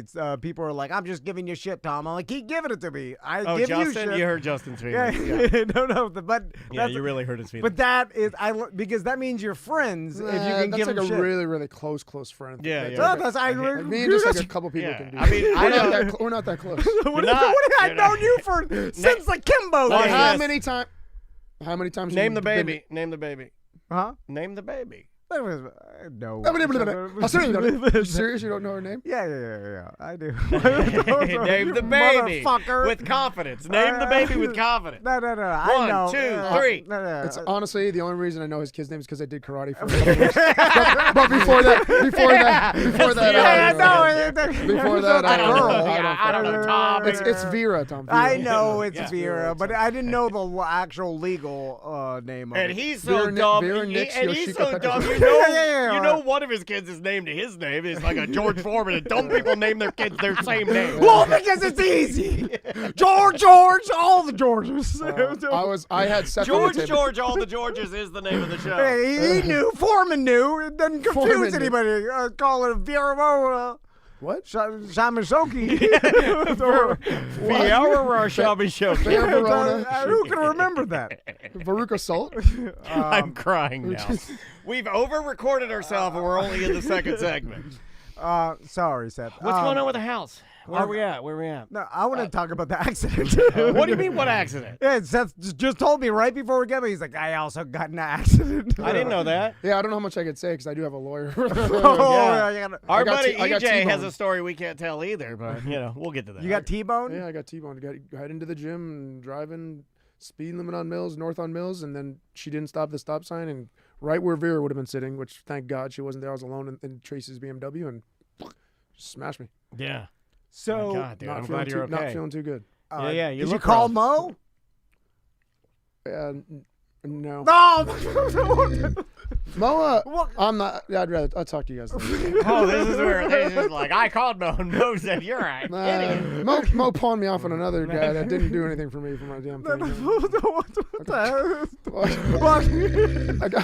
I'll put an extra Mo in it. I don't fix it. I put a Mo in it. Listen, when you're, okay, let's talk real talk. Everyone's Hold on. There we're good. When I've noticed this in my life, when someone has problems with lots of things, it's them. They're the problem. You're talking about yourself, motherfucker. Well, no shit. Now I'm talking about Seth. I don't have lots of problems with anybody. Every sponsor, they're like, this guy wouldn't do this. I go, you're the only one. Do I need to bring up the fountain? Goddamn sponsor. Is he still sponsored? No. They wouldn't thank God. Yeah, shit, man. What's all of you? Went empty. 2 days of water. 2 days of water. Empty. Oh, it'll last you a few weeks, about a month. 2 days water gone. This is my favorite. You're the problem. You're the orb. No, people just lie and want to say things that make you happy and not the truth. This is the it can't be strangest People Friday. feed you a bunch of bullshit because they think you're somebody, and then they stick you in the ass. That's what happens. No, you just want this. You want them to give you the free I do shit want any free and shit. fucking roll the No red for carpet. no for Yeah, I know you. I'm willing to pay. You. I'm willing to pay for something that's good and decent and quality work. I will pay. I don't give a fuck. But I want it done right, and I don't want to be lied to. And I'm lied to all the time. I like it when people say that, though. My dad used to say that. My dad was like, look, I'll pay top dollar if you do it right. Yeah. But even as a young boy, I would look at my dad and be like, yeah, but you're an idiot, and you don't know what this guy's doing, so how do you know if it's done right? Do you know what I mean? Yeah. All I know. Well, I knew because of No, seriously, as a young boy, my dad would be like, this plumber better goddamn do it right. I'm like, Dad, you're a salesman. You've never plumbed anything in your life. So how do you even know? All I know is that hold on. There's been people in my life We're good. where before I recommend anybody, I think to myself, this is going to be a problem.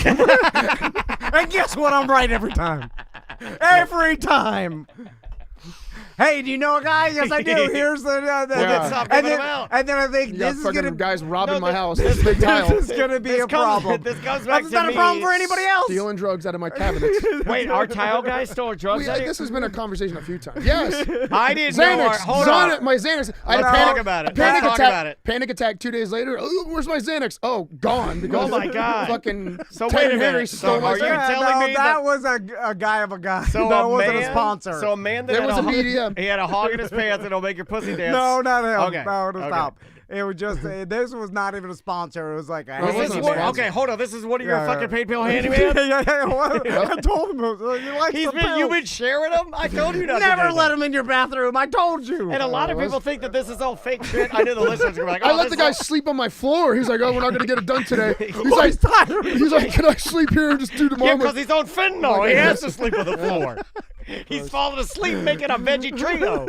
That guy doing that. One guy doesn't want to do the work. One guy lying to me about how long it's going to take. One Motherfucker, guy pawning me off on other guys. Yeah. Everybody sucks. Okay, My dojo's the only good business I around. told Tom to never mix his pain pill fucking fentanyl army with any of our friends, and now you're mixing it. Now you got and then no, it's all of it. Yeah. Then you know what it is? I figured it out. It's because Seth, you have these super complicated things. No. Yeah. Okay, The one was like, whatever. hey, I need you to build a water heater in my chimney. That's not what it was. It's literally You're there. like, I don't know. Take the one water heater out, put another water heater in. Yeah. FingoBango, done. Like, what the fuck? FingoBango. FingoBango. I like Fingo. Yeah, I like Fingo too because I was gonna finger him because I got fingered. That's the new name of the show. Fingo. And it says like, oh, your guy pawned me off at another guy. But then, I wanted to put a water heater in my chimney, and your guy pawned me off, and so did Mo. You're asking You for motherfucker. He strung me along for a year and be like, okay, and then here's somebody else. that does it. I can't do it. And then the other guy says he Your can't pain do it. pill guy's sleeping on my tile right now. He's supposed to be putting my water heater in the chimney, you motherfucker. Then I realized, I was like, oh, the only reason Seth got to me in the, hey, do you know a guy? I'm never asking you again. Is because Is Man Groomer still good with you you'll guys? ask me. I know they'll all be back. You guys still good? Oh, really? Because they're good. You guys still doing the Man Groomer? What's Manscaped? Manscaped, No, yeah. they're the only one that quit. Man group. They're the only one that quit. They quit. That's the They only quit sponsor us. we've ever lost. That's the only one Well, you come like. back. I like you guys. Man. Hold on, the only Tom one likes Every day they're great. Because this guy's picking his pubes Hold on. more than ever. The only one you liked is the one that stopped advertising. Yeah. Well, I don't know why they did. And they're I use their nationwide. Come to me. I'll fucking Manscaped, you get that shit at Target. We don't even. I fuck Manscaped. All right. Never mind. This is a Chinese garbage. It is Chinese garbage. Now we'll never get it back. This is the strangest Friday You we've had in a guys minute. you guys just did that. I'm here for this. You I know was what? trying to get them back for you. Do you think I'm that I joking. would be like out of sorts? I am not.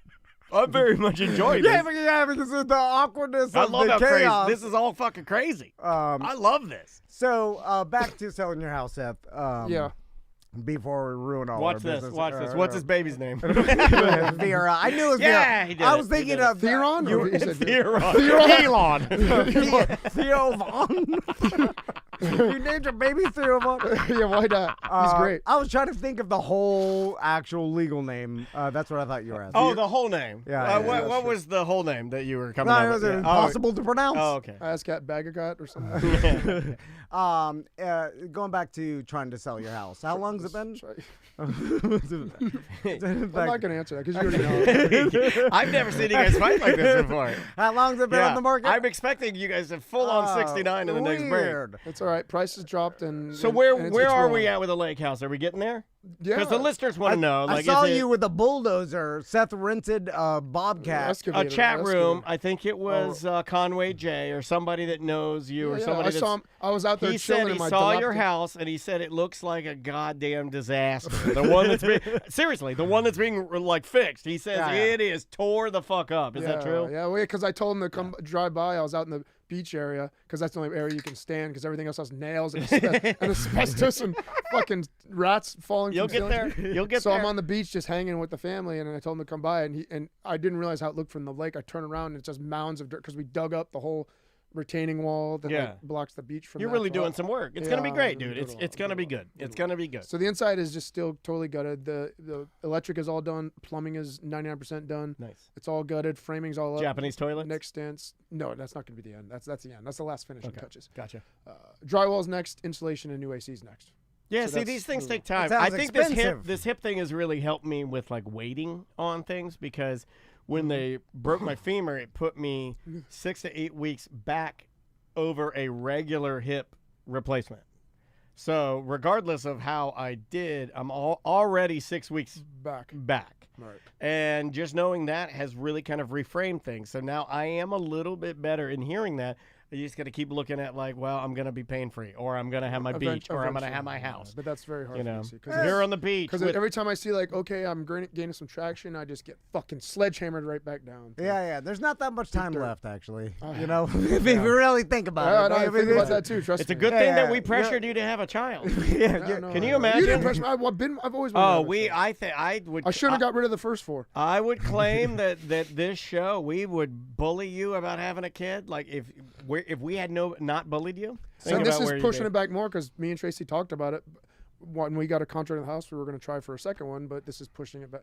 It would have been, 6 months ago. Now it's pushed back. You got to do it now. So, real quick, push it. Seth has obviously been trying to sell his house for a long time. Okay, you've said that. Yeah, okay. Don't put that out there. He's reiterating this. The house again. is amazing, by the way. Yeah. Like, And maybe if you would have used Just Bargain nobody can Crystal, afford it. you could have sold it a lot. The price seems like the price was set wrong That's true. at the beginning. At the beginning, You know who's a price wizard? Barbaric is a price wizard. Yeah. At the You said it beginning, right. it really wasn't, and then one house kind of knocked everybody back down, and I'm below where I'm at now, where I need to be at now. So The chat room is that's where asking. you the want first to be. 6 months, I wasted. Potential buyer in the chat room says, "Is this the flood house?" The basement is. I had put $20,000 into renovating the basement that flooded into a whole freaking system. They tore up the whole sides. Put Is a whole it a drain basement system. or is it just a system now? Like, can I still use it? Oh as no, a you can use it basement? as. Okay. You can put a man cave down there. It won't. Oh, okay. It has a triple pump system. If the power goes out, it'll still That's pump awesome. water for freaking days Hell yeah. and days. Looked like a spooky mildew basement to me. It was. You should see it now. It literally, you can eat off the floor in there. It's like amazing. The whole I don't walls eat are off done. of floors. Well, if you want to. So But I It's would. totally done. You can do anything I down would do there. it. this has nothing to do with Seth and not selling his house. It has to do with the reason Seth couldn't get here on time was because he's like, I have to clean my house for the potential buyer that's coming to look and Yes. look through my house. So I got to clean it. Sure. And you're bitching about cleaning it a bunch of times every time someone wants to Every come over. fucking time. Yeah. And open houses, yes. And I understand the idea of it. You want the person to be impressed and be like, oh, but it's ridiculous that you have to clean the house the person's like. That's not going to be your shit. Wait, what does it matter? Well, I think, like, no, but you're not like me and Seth. And Nothing will I be can in put here. myself in his shoes in that. Who cares if it's dirty? Yeah, I understand that. But for those of us that still believe in something, we believe that maybe just a little extra edge might help the person. They walk in and it's presented the way that I want it to be presented, so I'm more comfortable with it. Of you course. know, like. And listen, But what you're saying is probably right. and Barton Crystal would say, make your house look, nice. But So- to what degree? I get what you're You're saying. presenting- Look, I get it. I'm mad at the buyer. but- Even if somebody offered to do that for me, I want everything how I want, like perfect. And I don't know. I feel like Yeah. if I'm not doing it, it's not done right. Are you there when they're walking around? No. Okay. but who As soon cares? as they come up, I dip out the back. If there's laundry everywhere and there's toys and shit, who gives a fuck? No. When you were looking to buy a house, you're looking at the. Not when you're looking at a $1 million house. Yeah, but- I want to like. I don't want anybody's stuff in there to make them. I mean, That was I my get problem what at you're first. saying. That was my problem at first. I had all my decor up. I had all my stuff up, and it was just too much for people. I had the That's not what a Japanese winner waves in the back. says. I painted over the Japanese waves. I had my whole house painted again. All the waves are Oh gone. no, the waves are gone. Everything's gone. I like the waves. But I had to do it, so it was like good for normal, average people that want it. Only a few people would like something like that. Yeah. you know, What so about the turtles? How are they? They're good. You're- People ask are if you- they come with the house, and I'm like, fucking take them. But You're giving your turtles Tracy's away? like, no, we're taking No. the turtles. You have to overrule Tracy on this one. We got to get that house fucking have a sold, lake of dude. turtles. And you know I It's a love joke. animals. No, You it's a know I joke. love Me animals. too. That's why I was like, look, But take them. your cats are free game, your dog is free game, the turtles are free game. Yeah. The only thing that's not is my dog, Rocky. Well, how much is Rocky's off limits. I got it. Yeah, we're on the same page. You're willing to give your beloved turtles away to strangers just on the whim of I want your He turtle. has a baby now. Just on the whim of Do you remember what happened to Lena? Do you remember what happened to Lena? Do I remember? Yeah. She got a Like, dick to no, the when the pills. baby came along. Oh, yeah. Well, yeah. Although You know what I mean? You know, Mr. Green ain't as cool Yeah. anymore when you got Right. Vera. You know, I mean, But No, I she know. does like going to feed the turtles. Every morning she walks out, she knows where to get the turtle food. She runs over to the turtle pond and like taps on the bottle. She's oh, like, now you got to bring them with you. Come on, you didn't tell me that part. You didn't tell me you're I'll get giving some away. new turtles. I'll get another fountain company to make myself a nice fountain. Oh God, we start all over again. Hold on, I got it. Hey, There listen, we go. We're mixed in. and by the way, I go back and talk to every single one of these people, and they tell me that they're like, oh man, they're the pain in the ass to deal with. They're like this, This guy was screaming. They were like, I thought I was nothing but gonna. nice I the whole almost time. thought about calling the police, but He wanted a water heater on the chimney. We can't do that. He's crazy. Anyway. Yeah, it's there working perfect. I don't know what's wrong. Perfect, amazing, brand new water heater that I put in the new listing. New water heater. Paid somebody else for it. Hey, it's just here's what I know though. When one person has the same problem Yeah. over and over. Yeah. And then I'm like, oh, Yeah, I got that's a odd. curse. That's what it is.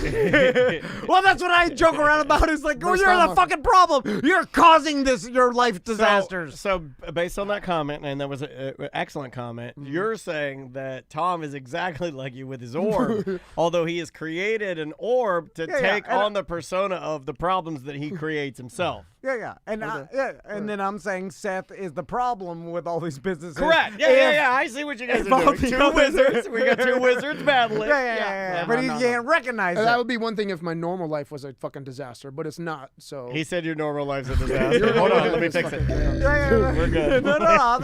I know your normal life. You got the the routine, the working out, the karate dojo, the family. my and stuff. life, everything. Just because people are not in order, they bring their craziness to me, and it doesn't vibe with my whatever. Type A. sometimes. I would say like type A, right? I guess. Very Yeah. driven, very I don't know. I focused. just want things done right. That's Yeah, no, I got you. I got you. When the guy's screaming, they're all crazy. You I'm not realize- crazy. You said Yeah, I that- just that- want that- things that- done it's right. like that. But you do realize that the guy you're talking to, because he did say something very telling. He said, I just want things done right. The man you're talking to has never cared about anything being done right. Yeah, no. You don't. You don't. The- When it comes to like you, if you have one of your pain pill handyman doing something for you, there is no such thing as it being done 100% perfect. That's not a thing for you. Well, then why is Seth looking for a hookup at all times? Like Because he's cheap like you and my wife. I'm not looking for a hookup. You can't get a hookup and have things done. But also the other stuff. See, of him, It wasn't even a hookup. See, That I'm was- the non-crazy one. I pay the most, and if I don't get it done right, I yell because I paid the most. That makes sense to me because I paid the most. Yeah. Well, So of course I get to yell when you did it wrong. you could have got 98% for 20% See, I know you less. like that. You see what I'm saying? It's all He's a percent. 98%er. Anyway, let's move subjects. Yeah, they're getting touchy over here. My So, God. how's the dojo going? Dojo's going great. We got a test coming up in a couple weeks, so I'm trying to get on top of every 3 months, do all the testing sheets. I got to send it to my Shihan, my sensei. Then he approves everything. And When do you get to be a Shihan? that's a title given to you after, like, I think it's like 6th. I don't know the exact belt. I'll be testing for my 5th degree black belt in a few years. I think it's the one after that, possibly. I could possibly. But When do you get to talk But there's like- only a few Shihan. There's like, my Shihan will have to pass away for me to be a Shihan. Can you fight him to kill him early to become the Shihan? Yeah, that'd be like one of the things of like, I wasn't A being really good friend disrespectful kill- when I meant that. No, Like, no. I Could meant you like, think of- could I'm you trying to beat think of a him? movie that would be like, boy, he's just old. He's like 67 years old. Yeah, but he's a Shihan. Yeah, he'd probably give me a good fucking some smacks for sure. Like, Yeah, he'll definitely hit me. But But you, I'll you probably- break him in half. I'll probably take him. Yeah, I'm way bigger than him. You're a bigger dude. Yeah, I've I'll seen the take him. photos. I've seen the photos of you guys standing together. Yeah. It's actually, of all the things that Seth does, it's very beautiful. It's really cool. I wouldn't make fun of it if I were anybody. You know what I mean? Like, it's cool. Like, he I would. very much like, oh yeah, he'll make fun of anything. He's making fun of his kids as they were doing it. Look at him. Look at his face. He's laughing right now. You're punching a ghost. Well, now I know why your kids didn't stick to it. Oh man.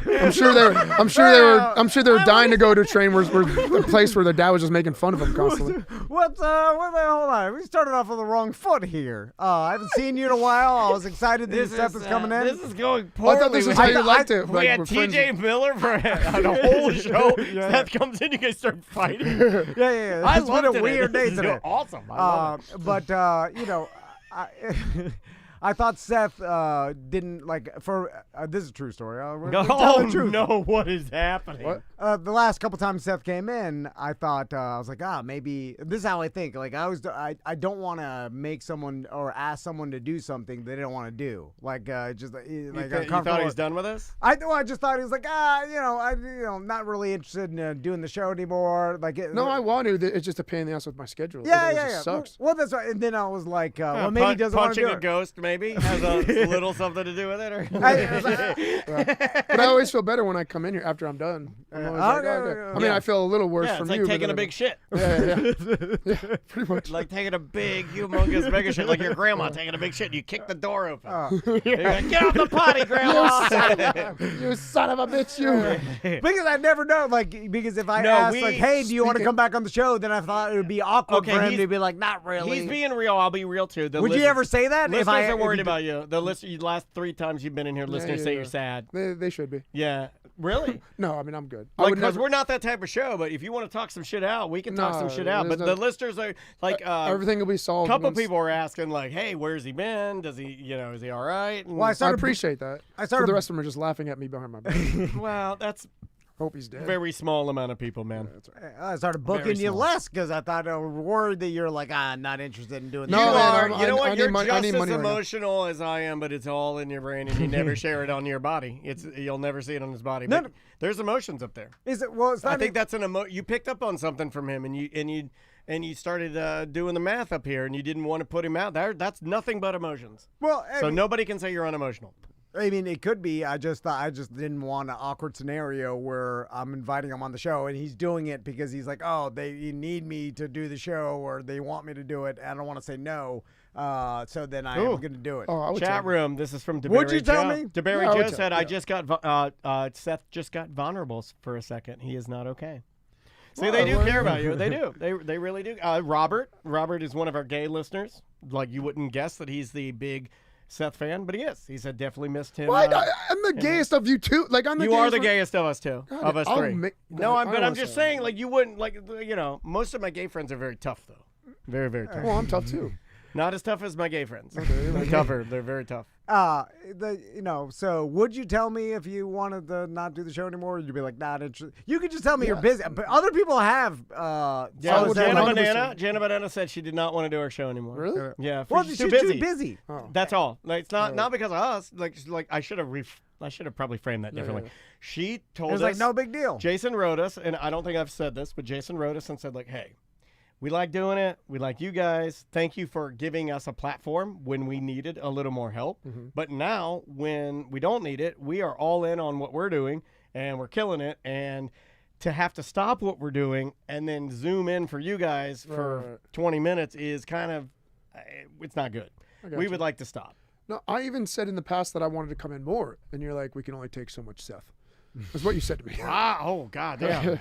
Well, actually, it wasn't I'm just reiterating. You said the hold listeners. On. I'll fix it. There we go. Oh, yeah. I mean, because some people, it's polarizing, but that's what you want in a character. Some people hate you. Some people like you. You don't want to be liked by everybody. And then sometimes being hated. I mean, deep down I do, because I think that's my, subconscious of being picked on as a little kid. I'm like, I want to be not picked on. I want to be liked. Yeah, but the people and but you don't change your behavior based on. You won't say something you don't believe. I will. I'll do anything. I'll suck a person's dick to get them to like me. Yeah. Well, I want you to like me, so I'll suck your dick. But when you say the truth or how you feel or you're real, you're never gonna have everybody like you. True. There are people that will only their personality is for people to like them, and then it's fake and no one likes that. Right. You know what I'm saying? Where it's like where you're just pretending to be whoever is just so people around you like you. You're never going to say anything controversial. You'll just morph into whatever political. I don't do that all the time, but I do something just small talk here and there. If somebody says something I don't agree with, I was like, oh yeah, I would do that. But in big things. But if somebody started talking about trans people playing women's sports, you'd weigh in. I'm fucking around, man. This is what I do. I never do anything serious. I'll tell you I'm how I feel about 100%. No, I'm fine telling you how I feel about that. No, I am too. I am too, and I have a very traditional outlook on that. Yes, I do. I very much do. TJ Miller's back. I fixed it. It's all fixed. If you lose that fucking client, we will fight. And it'll be an easy fight for you. But then we'll have to do it at Miss Tom and Dad, and then it'll be a whole thing. And then how am I going to find Grumpy to play? I got you. Yeah. Let's talk about the hippo toys. I got two hippo toys for his kids. So she likes the craziest. She plays with the craziest. She's gonna love these for sure. Yeah, I bought those at Target, and I'm like, these are fantastic. This is for your daughter. One for you, one for your daughter, and you could do puppetry. She likes when I get hurt. Like if I go ow and act like I'm puking, or if I get my hand caught and I'm like she laughs her ass off. That's a daughter thing. So this, I guess. Because I like that too. When my dad was getting hurt, I left my ass. No, up too, dude, daddies are. Oh, you got it. Yeah, Daddies awesome. are king. We're so king. I can pretend it's like eating me. And Oh, she'll go crazy. you're gonna have so much fun with these things, dude. Well, Like I can be literally like, am getting little bits right here because I don't know if my wife is in there, but I love having. I have so little to do, and I'm the hero. Like, all I have to do is put my foot on my daughter's stomach and move it back and forth to rattle her boobies back and forth. And she'll be like, you're the best, Dad. Yeah. Well, I do my with my little toes. And by the way, 9:12 every morning right here at T&D Studios. I get a text from my daughter at 9:12 every morning because she's taking a shit at school. And then she texts me, I love you. And then I text back, having a good poop? And she's like, yep. She poops at school? Oh, yeah. Like a truck driver. Yeah. She's weird. tough. She's very tough. I never did that. Yeah. Sometimes we poop together. Sometimes, like, I'm in there at 9:12 pooping. She's at school at 9:12 pooping, and we have a poop text. She sits on my lap as I poop all the time. She won't let me go. Like, literally, I have a picture of the other day of her sitting in my lap as I'm taking a That's fun. I don't think I've ever pooped at school one time in my entire life. I have no recollection But you of that. poop here all the time. Yeah, I'm 43 goddamn years old. It's that or shit my pants. Back to the hippos. So an interesting, speaking of people liking you, thing happened where, everybody knows about Hippogate. That's why. That's why about the hippo. And then it's been a long time working, getting people to like you again after that. No, it wasn't that. Yeah. It was one wrestling match. Fucking done. It wasn't It was like one. it was. I let some. I think we think it was a thing. It wasn't that big of a deal, I think, But because I say we're shit. There wasn't. But then after you had the baby, and then now we talk a lot about Daddy Seth. I've gotten some emails. They're like, I liked Hippo Seth. Yeah. he got soft and he doesn't. Well, I won't let my daughter be a hippo. Hey, there you go. That's like, what we wanted to hear. Still daughter. Yeah, you know what they like? You know what the peak of, and maybe this is. I don't want to get a punch from you. Russian ass eating. That was the peak. Oh, Russian. That was the peak. Yeah. I said what Everybody I has a said. peak. I said what I said. Yeah. I said what I said. And Russian ass eating is when everybody, like, we were talking about, like, what, the Eiffel Tower or something? Yeah, probably. I was there. That's when I was Russian ass eating. Russian in ass Paris. eating. Yeah, in Paris. You know what's funny is that T.J. Miller, before he left, before we started the Friday Free Show, he's like, you have a guest coming? I'm like, yeah, but he's coming in 40 minutes late, so we got some time. But he was like, this guy naturally bullies you. Yeah, he didn't even mean to do that. He was trying to like figure out a way to say it positively. Yeah. I was trying to like you. It's called truth bullying. I love it. It's the best bullying. Anyway, he's like, oh, who is it? I'm like, oh, you remember the guy that beat Kimbo Slice? He's like, oh yeah, the pink hair guy. He did say that. Oh, that's cool. He's my age. He's 100%. So he knows who I am. He 100% knows who you are. That's a flex. But then. But it was like, he didn't know your name or anything. Yeah, he didn't know pink hair guy. Pink hair guy. All I have to say is, remember the guy with pink hair? That's me. He's like, oh. So that's kind of like he would have liked social media fame. And before social media, yeah, unfortunately, where it's like if you remember the incident, and you remember, the guy punched Kimbo Slice. I remember that. You definitely remember Kimbo Slice, but they don't remember who it was. So right. there's essentially now there's value to Seth. Because it's cool to have, a celebrity or anybody else. You should buy pinkhairguy.com. People around the world know who you are, but a little late for that. They don't know your name or anything. They just know of the incident. But that might be good. So you just say now featuring the guy who pink hair guy. Don't say my name. Just say the guy pink hair guy who. But it's also like, social media has turned into this where it's like, the stretchy guy from TikTok, like Backpack Kid. Yeah, Backpack. So you know of. Remember Backpack Kid? I don't. So know. like, there's a guy that does stretches on TikTok or whatever. Like, I don't even follow him, but he shows up on my my feed. And then all these people that show up on your feed, and you know of them, but you don't know them really. There's no engagement, but they have hundreds of thousands of followers and like maybe I can do something millions. like that. I can just go around just fake knocking people out. Put a pink wig on. No. Just go on. No. There's no value to it. No. You see what I'm saying? That's the odd part. What bring it's it back. explaining is, like, we have some friends that have a variation of this where you have hundreds of thousands of people that know your look. Like, if I described you, Big Tim might be one of them where I'm like, hey, the red-haired guy that bounces in California that wears overalls that looks like a lion? Oh, yeah, I know that guy.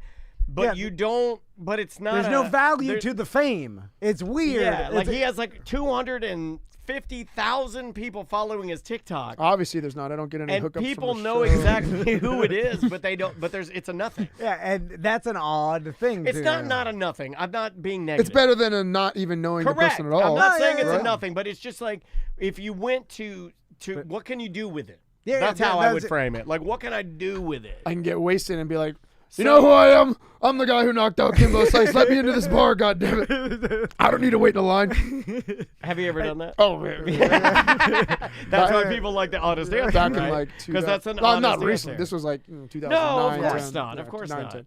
When I was GHB. Let me ask you a kid question that's related to that. How are you going to handle how you did stuff? Like, how do you handle the censorship of, your UFC years? Like, I mean, you were known for being you and Tom were known for being crazy. Yeah. This kind of falls in the category of the You think drunkie that'll the still be bear. around by then? Absolutely. Well, the memory of it will be. It's different for Tom because with his boys, I feel like he wants to load up the videos and show him Drunkie the Bear. I'm not making jokes. I think it's cool that he got to do that. My daughter is I've shown her videos of me singing with the Monsters. I am very proud to show her me performing since she is a performer. I showed her a video of me in front of I don't know, thousands of people when I had the pyro penis and it's spraying everything. It's not appropriate. Yeah. But I thought showing her me performing is cool, right? In front of a bunch of people, that's neat. How do you handle There's it? nothing bad on the. Are you going to show her when she gets older? On the World Wide Web of me, I don't think that I can't show her. There's a few Like risque a pictures. ball gag. You in a ball gag. No, it wasn't a ball gag. It was just a Halloween costume. Yeah. Are you going to tell her about it, though? Yeah, I was in a Halloween costume, dressing like. No, an but idiot. you'll show her all about the I'll fighting show and her. When she everything, gets yeah. older. Oh yeah, I'll show her all that. I don't know what age. I think that's haven't really cool. thought about that yet, though. Like what age I would open that up. You to know her. what? I don't know. I need to pay Melissa. It'll show you almost. To start making TikTok clips or reels of all the horrible things Seth has said on the show, so those live in infamy and then she'll see that in the future. Okay. Oh, yeah. That's a sick and twisted thing. Yeah, I like that. Yeah. It's a great idea. Yeah, I'm all for it. Because I have and I want to curse it you to get the curse. Because my niece, Daisy, has TikTok. Oh no! Has it wandered into her algorithm? And she, tells my sons like, "Oh, I see your dad on TikTok." I'm like, Your "Oh, dad was shit." sucking a dick on TikTok. and I'm like, "Oh God, never thought that." Because I saw your dad one time. He had kiss makeup on. He was washing some Hummers with a boner. I've always felt safe behind. My sons are never gonna go back and listen to 2-hour podcasts from fucking 25 years ago of their old man. They can't even stand me telling them advice now. I mean, I don't know. Now, if I knew my dad was getting old, he's passing away, and I knew he did radio back in the day, I would literally have a night or an hour every night and listen to every single thing. I would now because I'm getting more into family stuff. My daughter is so Andrea that when I played a little bit of our show for her, and I said I said fuck, and she's like, I can't listen to that. Really? Yeah, that's my daughter is Nice. like my wife. She does not like curse words, and she's like, "Well, I'm not. That's filth. I'm not. That's not for me. That's good. Oh, I'm my not sons doing it." Now she love knows cursing. that I curse. She knows I curse in front of her actively now. It's okay. Mm-hmm. I curse all the time. She just doesn't choose to participate, and she does think that I am a lower level human being because I talk like that. Good I can on see her. it. I can see it in her Because eyes. I can't see myself censoring myself either with curse words. I grew up in a fuck shit cock balls household, and it Yeah, I'm my not gonna be the same thing. dad. I can't break that generational. My curse. dad was curse crazy. It's gonna be Yeah, hard. my dad was curse crazy, and I am too. But my daughter, and it's funny because I don't tell her to be like this. I don't say don't you can do whatever you want. That's But genetic. You're born that way. Yeah, she just chooses because and my wife, when I met her, did not curse the way she curses now. I probably have a little bit to do with that. But Andrea was not actively and not a nerd. It's just it's not. She doesn't wanna do it, It's yeah. just not how she Your talks. boys do It's it? just not how she did. Oh, how yeah. she does Oh it. really? Tommy wanted. They sell a pillow at Spencer's Gift. It says "fuck you" on it. Oh, I want that. And you asked for that for Yeah, that's on my his Amazon wish list. his 11th birthday is next week, and then he's like, "I want a fuck you pillow." And then I'm I not like gonna, that. I like but that. Are you yeah, getting it for him? N- Uncle Seth will get it for him. Yeah, I was going to say, or Uncle Dan, or we'll go in on it. Get him the set. There's one that says lick and pussy. Yeah. Get him that one. But actually, it's really fuck you for not going back to karate. So it's, like this is a real. Uncle Seth said this. I still use it. I'm like, if you don't get good grades, you're back to karate. No, right, that still works. Good. I'm here for something. Should we take a little break? Yes, we do. Okay, we'll take a break. When we come back, I'm not sure what we'll talk about. But, I mean, we got emails, we got voicemails. I mean, we've literally been recording for 9 hours straight, it feels like. So, I mean, whatever. We'll do something fun. The name of the band, let's ease into a weekend with something awesome. This is the Slackers. This is My Lesson. O-Town's #1 rock station, Z159 FM. Right. Your only home for the Hot Tub and Mini Fridge Morning Show and Dump 'em Out Fridays. Ooh, yeah, a hot tub and mini fridge. Keep me cold and hot.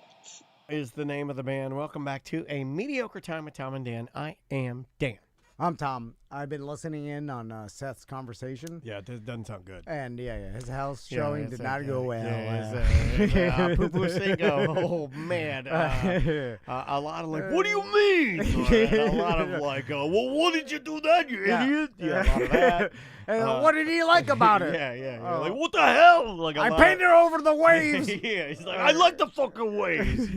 Anyway, we're the nicest friends, right? We are. I think we're the nicest friends. No, you fuck with your friends. You do. You do fuck with your friends. I do feel.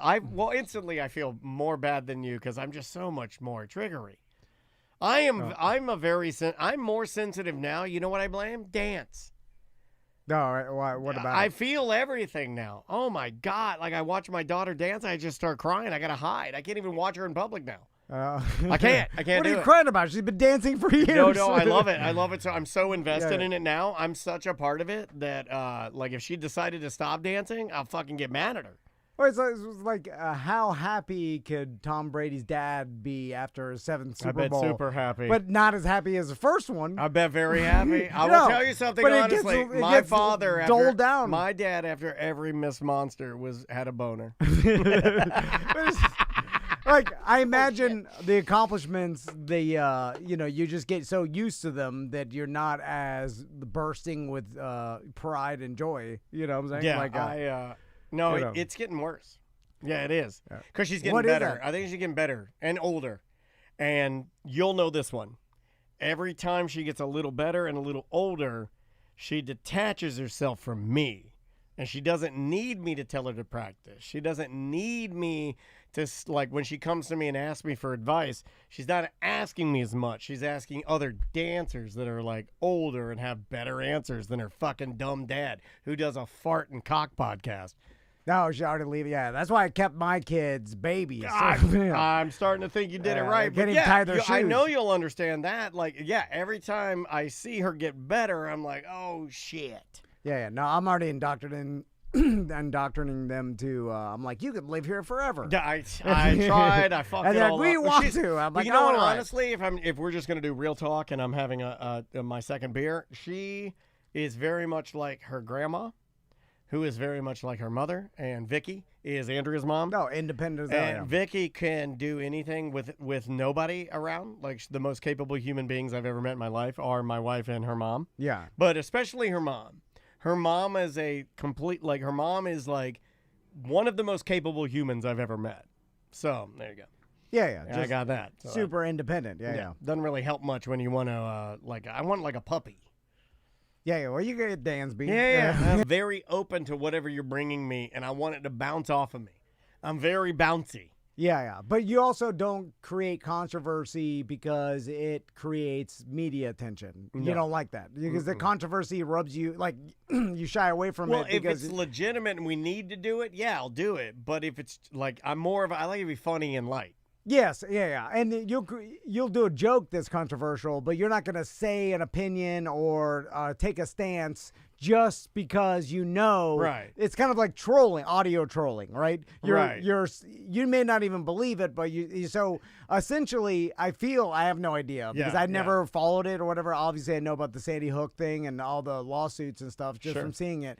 But it's like and then he got super stinking rich off like a certain demographic, afraid about, he's selling oils Well, I think and survival he's smart, kits. though. Like, I'm not no. in no way defending him or saying I'm a fan, but I do think he's intelligent enough to know that these type of people and the things he were talking about were fearful type of, you can create Conspiracy. a business based on that. Yeah, yes. and then I think he got it, just like radio show hosts get into stunts, and then all of a sudden your two listeners are fucking in a church, and then you get kicked off the. It's Right. you just keep upping the ante until Really you go not too that far. bad right now. So- 2025, not that bad. Yeah, fucking in a church. I don't think that would even I get you think people kicked off. fucking in a church all the time now. But so you start getting into conspiracy theories, and then I was like, oh, I'm getting more and more famous, and then from the conspiracy theories, this audience, they love survival kits. I'll sell them oils and shit, and then you start getting stinking rich, and then when you get that rich, you do feel untouchable, right? And you're like, I could say anything. I could shoot a man in the streets,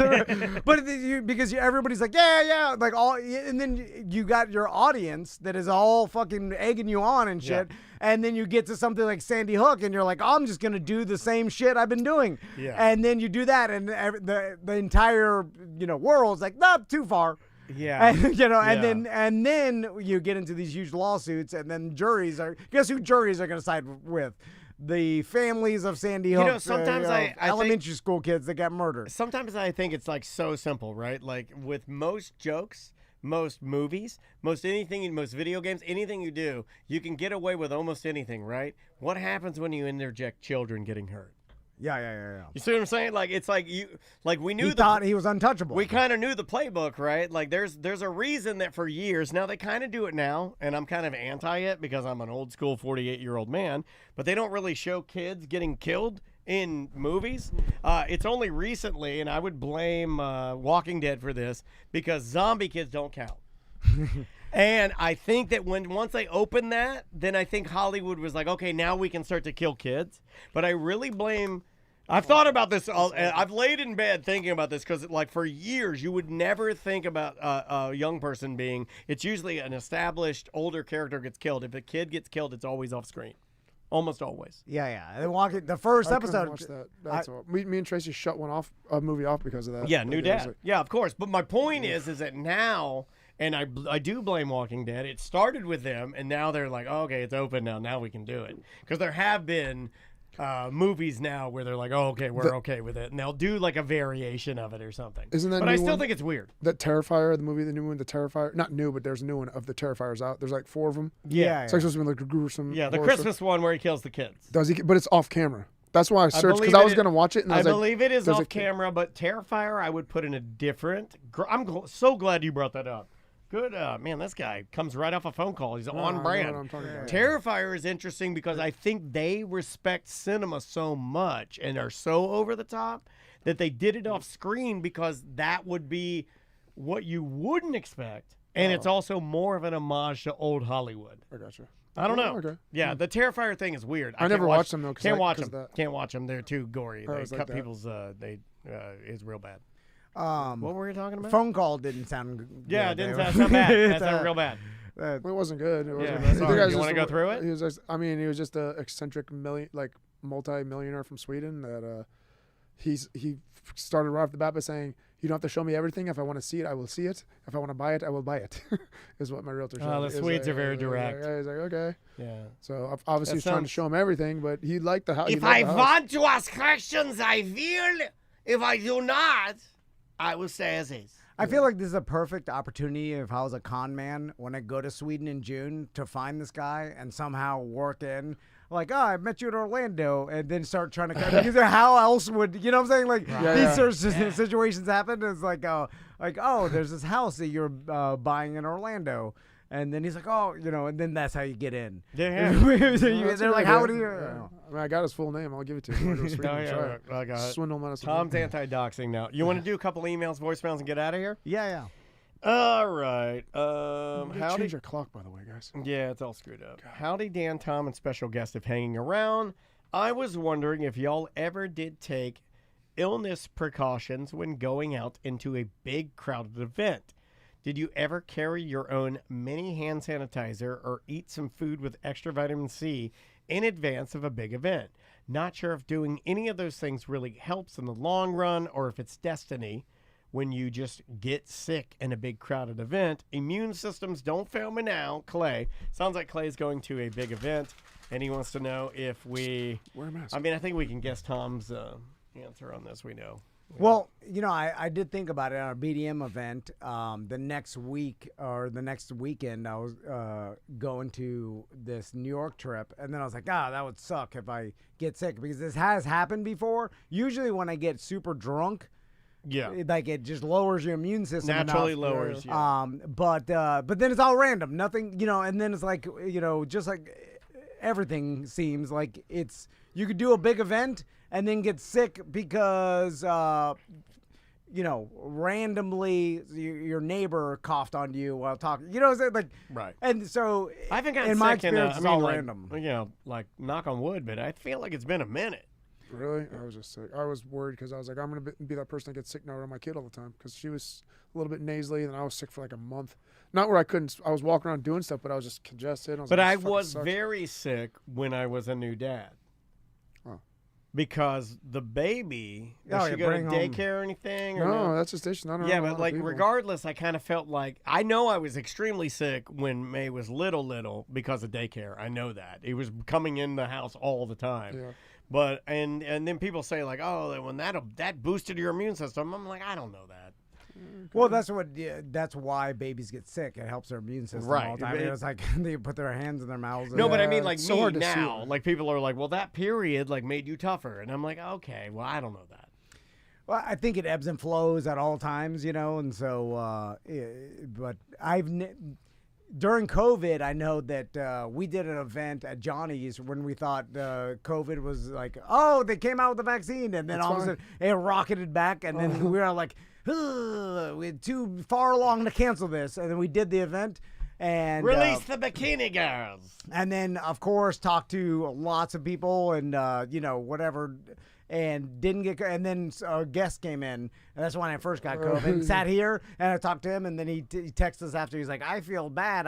You know, and then that's where I must have got it. So it's like, okay, did a giant event, one guest, like, I just all random. You know, it's like, and then, so it, and I feel awkward, too, and I never wanted to do events where we're all in masks. Because it's hard to talk to someone in a mask. Yeah. You know, like back then, I was like, it's not really. We taught for a full year. It was so hard, man. Yeah. Doing karate and MMA with masks on, it was. Yeah. I did though, because I was freaked out. I was like, nope, keep them on. Fuck you guys. Yeah. But now it must have been weird for you too. Also being like somebody that like is a little more like, fuck these masks, but at the same time, you're hypochondriac. No, I wasn't like that. I've never been like that. Well, no, but I mean, like, but you do like freedom, is what I mean. Like, you're not like a big like you have to fucking do this shit. I mean, like, I dare people that somebody fucking tell you that. Yeah. You're gonna be choked out.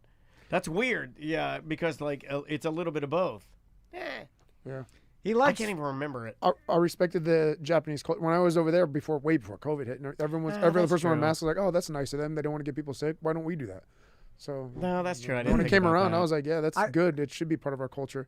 I mean, whether or not it worked or not for COVID, I don't know. I don't fucking know. But I know regular colds and stuff, if you have a good mask, it's going to help protect a little bit. So, I mean, fuck. I don't know about that. I mean, I was surprised I didn't see more masks in New York City last weekend. It seemed to be, and obviously a small sample size of where I was at, but about the same concentration of masks I see here like or at Disney. the theme parks, where it's like one or two people in the subway. I thought it would be way more just because of their experience with COVID in the city and how fucking packed it is. But like even walking in Times Square, you see a couple people here and there, but it's not. And I always stay away from those people. Anybody that's like walking public, I'm like, oh, you must be sick. I walk on the total opposite end of the store for that person. Ghost of Manu Bull is reminding me of something. He called it. Let me go back in the chat. He called it Hot Tub and Mini Fridges Delta Variant Extravaganza featuring Mike Busey. We did, okay, you can get mad, like, don't get mad at me, but we did kind of go, like, let's make it a hot tub and mini fridge because, like, you know, like if people die from this, it's just way easier to say it was them. We made that joke, but obviously It's truth and jest. Truth and jest. You know, you want to distance yourself from these people that wanted to, you know, everything wide open. Let's do a couple voicemails. We'll get out of here. Okay, all right. It's been a weird day. This one's interesting because as much as it's silly and stupid, it might be real. Tom, you do a fair amount of towing with your truck, pulling a rented RV, pulling a boat. Do you grease the ball on your trailer hitch? Thank you. I think everyone knows the answer, but it is an interesting thing to think about. But no one greases the ball on their trailer. That's a thing. I didn't know that was That's a not a thing. And no, people are going to be. That is exactly the thing. I've been a trucker, whatever the fuck. I've done it 70 boys. I've been in the towing industry. Blah blah blah. Everybody, you know, we grease our ball every 6 months. No one does that shit in reality. You know, fucking, what does that do? Yeah, what does it do? I can understand you're greasing bearings because they'll literally melt. It would be purely cosmetic, and this is coming from the guy that likes purely cosmetic. You know, like I like keeping, like I don't think okay. I think it'll get more crap all over. No, but it. hold on. Just hear what I'm saying here. I am the type of person, because I'm flawed and weird, that if I bought a brand new ball from like Tractor Supply, put it on my truck, and pulled in to pull my trailer, and then it's so shiny and perfect that putting the trailer that I put on it and driving and doing my business and then getting home and then looking at it, I will be slightly disappointed that it's not as shiny as it was. I understand that that's insane. Yeah. I get it. Mm-hmm. And Tom knows that I get right. I know that. I am that type of person. So I kind of understand that there are going to be these weirdos out there. They're going to try to tell you that you would grease it. But I am here to tell you, as a weirdo that understands I'm weird, it would be purely cosmetic. I take that out when I'm not towing. I take mine out and put a vanity one in. It has a little T-Rex. It says Tyrannosaurus Rex. So when I'm not towing, I put that in. Okay, that's not worse as than bad greasing. as me. No, Really? I think not. that's not as bad as me, but that's like it's not as bad as somebody mad that the shiny ball has now a scratch on it. But it's still pretty bad. It's not bad. You'd rather have something nice looking than just a ball sitting there. Right? Does it light up? No, it's just a black Ever thought about getting the light up ones? I got the light up ones. You plug it into your. I'm past the light up stuff in my cars. I used to. Who's it? You're growing up. I'm growing up. You're growing up. Who's it for? Train horn. I want that though back again. You want your train horn? Yeah, I do want that because it was so much fun. Who's the Tyrannosaurus Rex? Me. It gets me happy looking at a Tyrannosaurus Rex as I walk to my car. Okay, me. My fucking small little bit of happiness that I understand small happiness that I deserve in my life. Why does it make you happy? Because the car is called the fucking TRX, and I want a TRX Tyrannosaurus on the back end. It's cool. I know. It drives you crazy. Let it go. Let it go. It actually completes. Does it look cool? It's like a draw. It's like a finished model, and you leave one spot open and not done. I don't know. I feel like it completes. Fit and finish. I get. Fit and finish. That I get. I will fist bump you. That I get. It's like the difference in the interior of my Tesla and the interior of my BMW. When I had a Beamer, like everything was just like stitched together so like nicely that there's a satisfaction from the way I'm looking at everything. And that's what it is. It's satisfaction. Hold on. Satisfying to have everything in its place and look. No, but he's putting a novelty toy. Novelty to you. That's not toy. Novelty to you. Toy to you. The stitching in your upholstery in a BMW, that's a factory design. He's covering a hole. He's covering a rusted hole with a nice cover. A toy dinosaur. I'm a dinosaur. I would get a dinosaur. I would put a dinosaur. If you make one of those, I would put that on there. Be a dinosaur. Common dinosaur. So like your daughter would be like, hey, so, you know, like make it. I can understand. And I like that. I like that. Yeah, no, but you did this. You admitted that you did this to make yourself happy. Well, yeah, and the kids too. No. No, you never even because that I would have accepted. Like I told you my Hellcat makes my was daughter I told you the Hellcat was painted like that because I do like when the kids go, Yeah. oh, it was made me happy. No, Well, the blood spatter. I drove that thing around and I was super embarrassed by everybody around me. They were all looking like, what a douchebag. I'm like, that's not my car. I was like, no, this is a friend. Tracy was so mad when I sold it. Let's do one That's more. why I love her. Cause Let's just do one more. This one's from the historian. I don't understand it. It was some voicemail about a 35-year-old man dating an 18-year-old or something here. Hey, Tom, man. Quick question for you guys. I feel like we glossed over pretty quickly here the fact that 35-year-old man was dating an 18-year-old. What's he talking about? This happened in an interview. I know what he's talking about, and I can't remember which interview, but there was a point in the interview where, like, the person was like, I was 35. The person was like, I'm a pedophile. And they were 18. No, 18. There was a whole industry barely legal, 18. Oh, no, like, believe me, thing. I understand. But, Yeah. But no, he mentioned, he's like, oh, she was 18. I was 35. He continues. Girl, like, that man was a senior in high school, and he was being born. I think that's questionable behavior. I'd like to call it out and see what you guys think. Was it Pat Boone?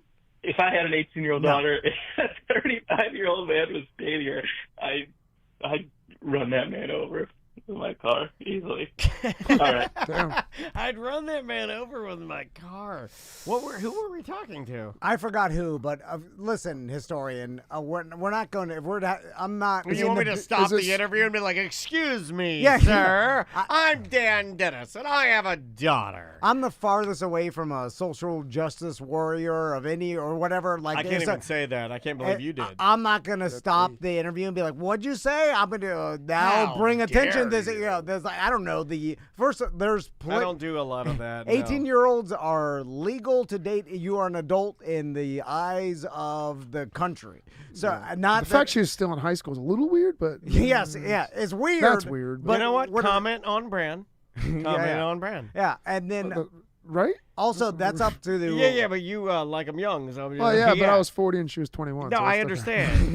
You're 21, it's bigger of a 21. difference. It was, but 21 is at least. You're karate Drake. 21's You're karate Drake. 21 was the bare minimum. Started at the bottom. Hi, yeah. Okay, that's you. Yeah, I can't believe I didn't even think to ask. What do you think about this stuff? I thought of it. That's why I played it. Yeah, I thought. Yeah, I figured. Well, dating. Like my wife's 7 years. Well, that's good. Yeah, my wife's 7 years difference. Yeah, my wife's older. How did I get that? What are you doing? How did I get that? Well, I fucked up. This guy doesn't know what a draw 4 card is. Well, no shit. And now I'm looking at Belichick and you motherfuckers, and I'm like, I didn't know that was even possible.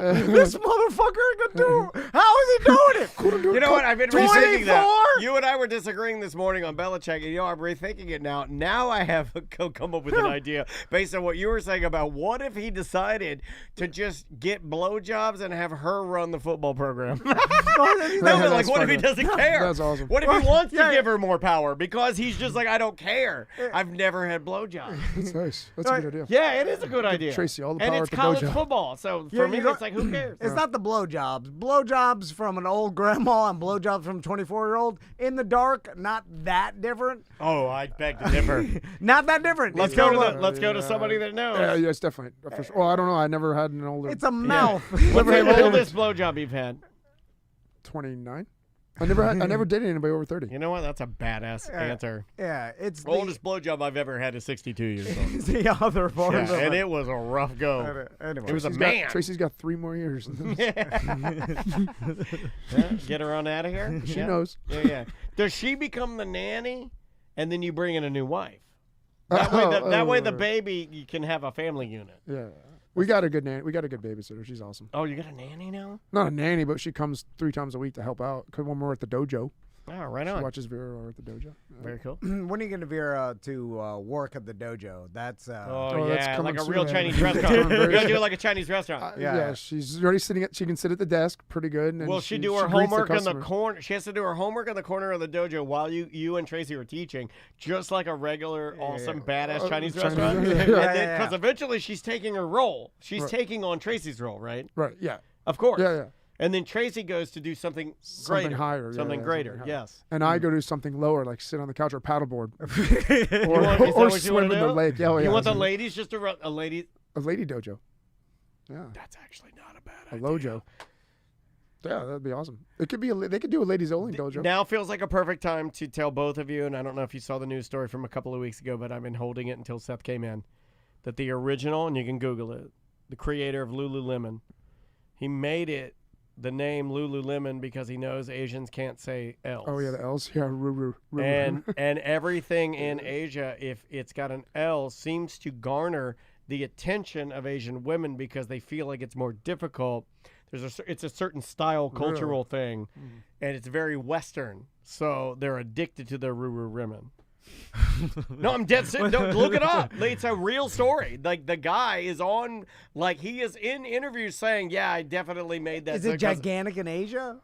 Yeah. It's gigantic everywhere, but it's yeah. a legitimate. Like he legitimately named his business that because he knew that it would be like disruptive within the Asian culture. Huh. That's weird to just target the Asian culture when it, I guess. Yeah. It's like rap snacks. Well, what's that? A billion. You never had rap snacks? Rap snack. Oh God, rap snacks are only the best potato chips known to man. Should we get out of here? Well, that's why. Let's get out of here. Yeah. All right, Seth, guys. karateoforlando.com. Yeah. Is your website? Yes, we got the tiny tigers from 3 years old to 5 years old, and then the kid cobras from 6 to 11 or 12, depending. And then we got our adult program, which is the adult program is going strong. Right I think now. you should get in that. It's, I've made a lot of jokes. Power, baby. You need to get in there. Dude, now I just think they're trolling everybody now. You see it's getting really ridiculous. Yeah. now. Have you seen the Ooze Power, baby? Do you follow Point Fighter? No. It's getting I know you. The belts are dragging on the ground. Yeah. Now they're rolling in sand and they have their shirts off and their fat titties are bouncing. Yeah. It's awesome. It's ridiculous. It's like fat men. Like covered in tattoos, but they're like fat 6-year-old men in like just gi pants, and they'll roll through the sand, and their titties are all sandy, and then they're doing those like little half-ass punches. It's there's boards that are like this thin on the ground. They just stomp on the sand and cracks open. And there's like balloons that they kick. They're like supposed to be pads, but they're balloons. They just kick them. Yeah, and then when they're done, the guy's like, "Ooze power, baby! This is what we're doing. We're fucking people up." And I know you and I are the only two people watching it in bed late at night. I watch all that, and it scrolls out, and I get mad, and then I scroll past them. Like, you fucking assholes, man. It makes me really upset. Disrespecting our stuff. Speaking of geese, can you make a Florida gi? I remember putting the geese on Tommy back to the last one. They're all stained. What do you mean by Florida gi? Yeah, because they're all thick, hot. Those are good. That's a good gi. Oh, I give like away light, good gi. Like a lighter gi. What are you, Boys the Men River Runs Dry? He has his sons out there with no underwear on and some linen pants. They make the Kumite ones that are like really light and flimsy and like super. They feel like nothing on your body, like silk feeling. Or wear their silk outfits. Sell those? You want the snap? You want the ones that are thick that sound power, but that sound like power. I want the black uniform that's silk with the white buttons down the like. No, so that's I a look kung fu uniform. So I look like a kung fu houseboy. Yeah, I want a highly racist kung fu houseboy. It's all the same. I used to wear that all the time. Like when I was like 12, 13, that was my outfit out of the house. That's stolen valor, son. You can't do that. Kung fu. Yes. I was that into it. You can't do that as a little Italian. No, it's funny. You can't do that. I was fine. I was so into it. Everyone was cool with it. I literally walked around. I remember being in Publix, whatever it was, going with my shopping with my mom in my kung fu uniform. It was absolutely insane. Oh, you went to like middle school like that? Yeah. I was like, I told you I was a nerd. The Bruce Lee outfit. Yes. That's no wonder. Your dad let you go. Yeah, I think he was happy I was into something like that. I don't know what I was doing. Hold on. I wasn't doing drugs. Hey, I say London, I say France. Like if Tommy and Max stuck with karate and they were like, and like Tommy's like, I want to wear my I'm wearing my kung fu outfit. I'm Bruce Lee, motherfucker. Kung fu silk silk pajamas. with the white and they're the little they're the long buttons. No, it's a circle hoop and then there's a knot that you're hooking and then you put the long buttons through. Yeah, I would say you can't. They're all gonna laugh at you. Adam Sandler. They're all gonna laugh at you can't be. You be the weirdo in school. Don't be the weirdo. I was cool. It's worse. That's not cool. It's That's worse than a 100% white kid dressing like a rapper. In my locker, I had fucking I had broadswords. I had kwandos. I had all my kung fu weapons were in my locker. Well, that makes you extra in high weird. school and middle school. That makes you weird. And as then everyone was cool with me having them and carrying them around. Like I could literally put it in my back and like carry them around. You carry around a samurai sword dressed like an Asian. Yes. Yes. This happened in the 90s, and they're like, let him, let this nerd do whatever he This wants. was like 92 to 94. They didn't know Felix. They're like, we think he's gay. Yeah, but they let you carry around a sword in middle school? A sword with a little tassel on the end of it and everything. Was okay, it you know sharp? what? Like As a much real, as I would have it laughed would at cut. that. It wasn't like as sharp as sword, but it wasn't like dull. It was Pretty cut, badass they let you do that. Yeah, What I school? don't know. I was at St. Michael's Middle School and then Shout out. and then Bishop Verot High School. Both Shout of them. out. Shout out. I was a Saint freshman and in high school Bishop. doing it, and I was in middle school doing it. Yeah. Do you have a teacher you want to shout out? Go ahead and give him a shout out. They let you bring They weapons? wouldn't let me show my my Japanese video I brought in because it was a Christian school. Yeah. And I was like, I want to show this to the history class. This is about Japan and what I do. I Sure. love karate. He watched it. He came to me. He's like, we cannot show this. He's like, they talk about committing ritual suicide, and we do not believe in that here. I was like, I got so fucking mad. I was like, I'm gonna kill this motherfucker with my sword. Good thing my sword's right behind me. You know what? If I had a gun right now, I'd shoot this fucking school up. But I got a sword. Call a bar. God damn. Different All the time. teachers were cool. You know what? This is therapy for you. You come here and you sit on the couch and you like tell these old memories, these crazy shit you did. And for sure, it's the 90s. Some kids are making fun of the kid dressed in a goddamn karate Yeah, but I pajamas. hate to play I the was part. one of the popular kids, so I playing- was cool. I'm playing the part of Tom Van Dam. They knew who I was. Yes, I was. I can't cannot get ask over- my friends. I will play the part of you here. I can't get over that he carried a sword through school. Ask my friends. Rupert thinks I'm cool. No, his name was Tony. Tony Stewart was my best friend in middle school. Tony Stewart, the race car driver that murdered somebody? No. Killed somebody in the track. The other Tony Stewart. Oh, the other. All right, Well, on that note. get the hell Oh, out and of by here. the way, the next time I come in, we could talk about. I didn't want to bring this up because it would have been the whole episode. I found. Did I ever tell you the story about my dad? Okay, we're my good. dad not knowing who his real father was. My grandpa didn't. It was really wasn't my biological grandfather. Did I tell you about all this? No. A little bit. The one, the construction company grandpa? Yes, Okay. he wasn't my real grandpa. We found that out like years ago. I think we may have talked about the you found that. I found my real family. Like I'm talking to them on Instagram now.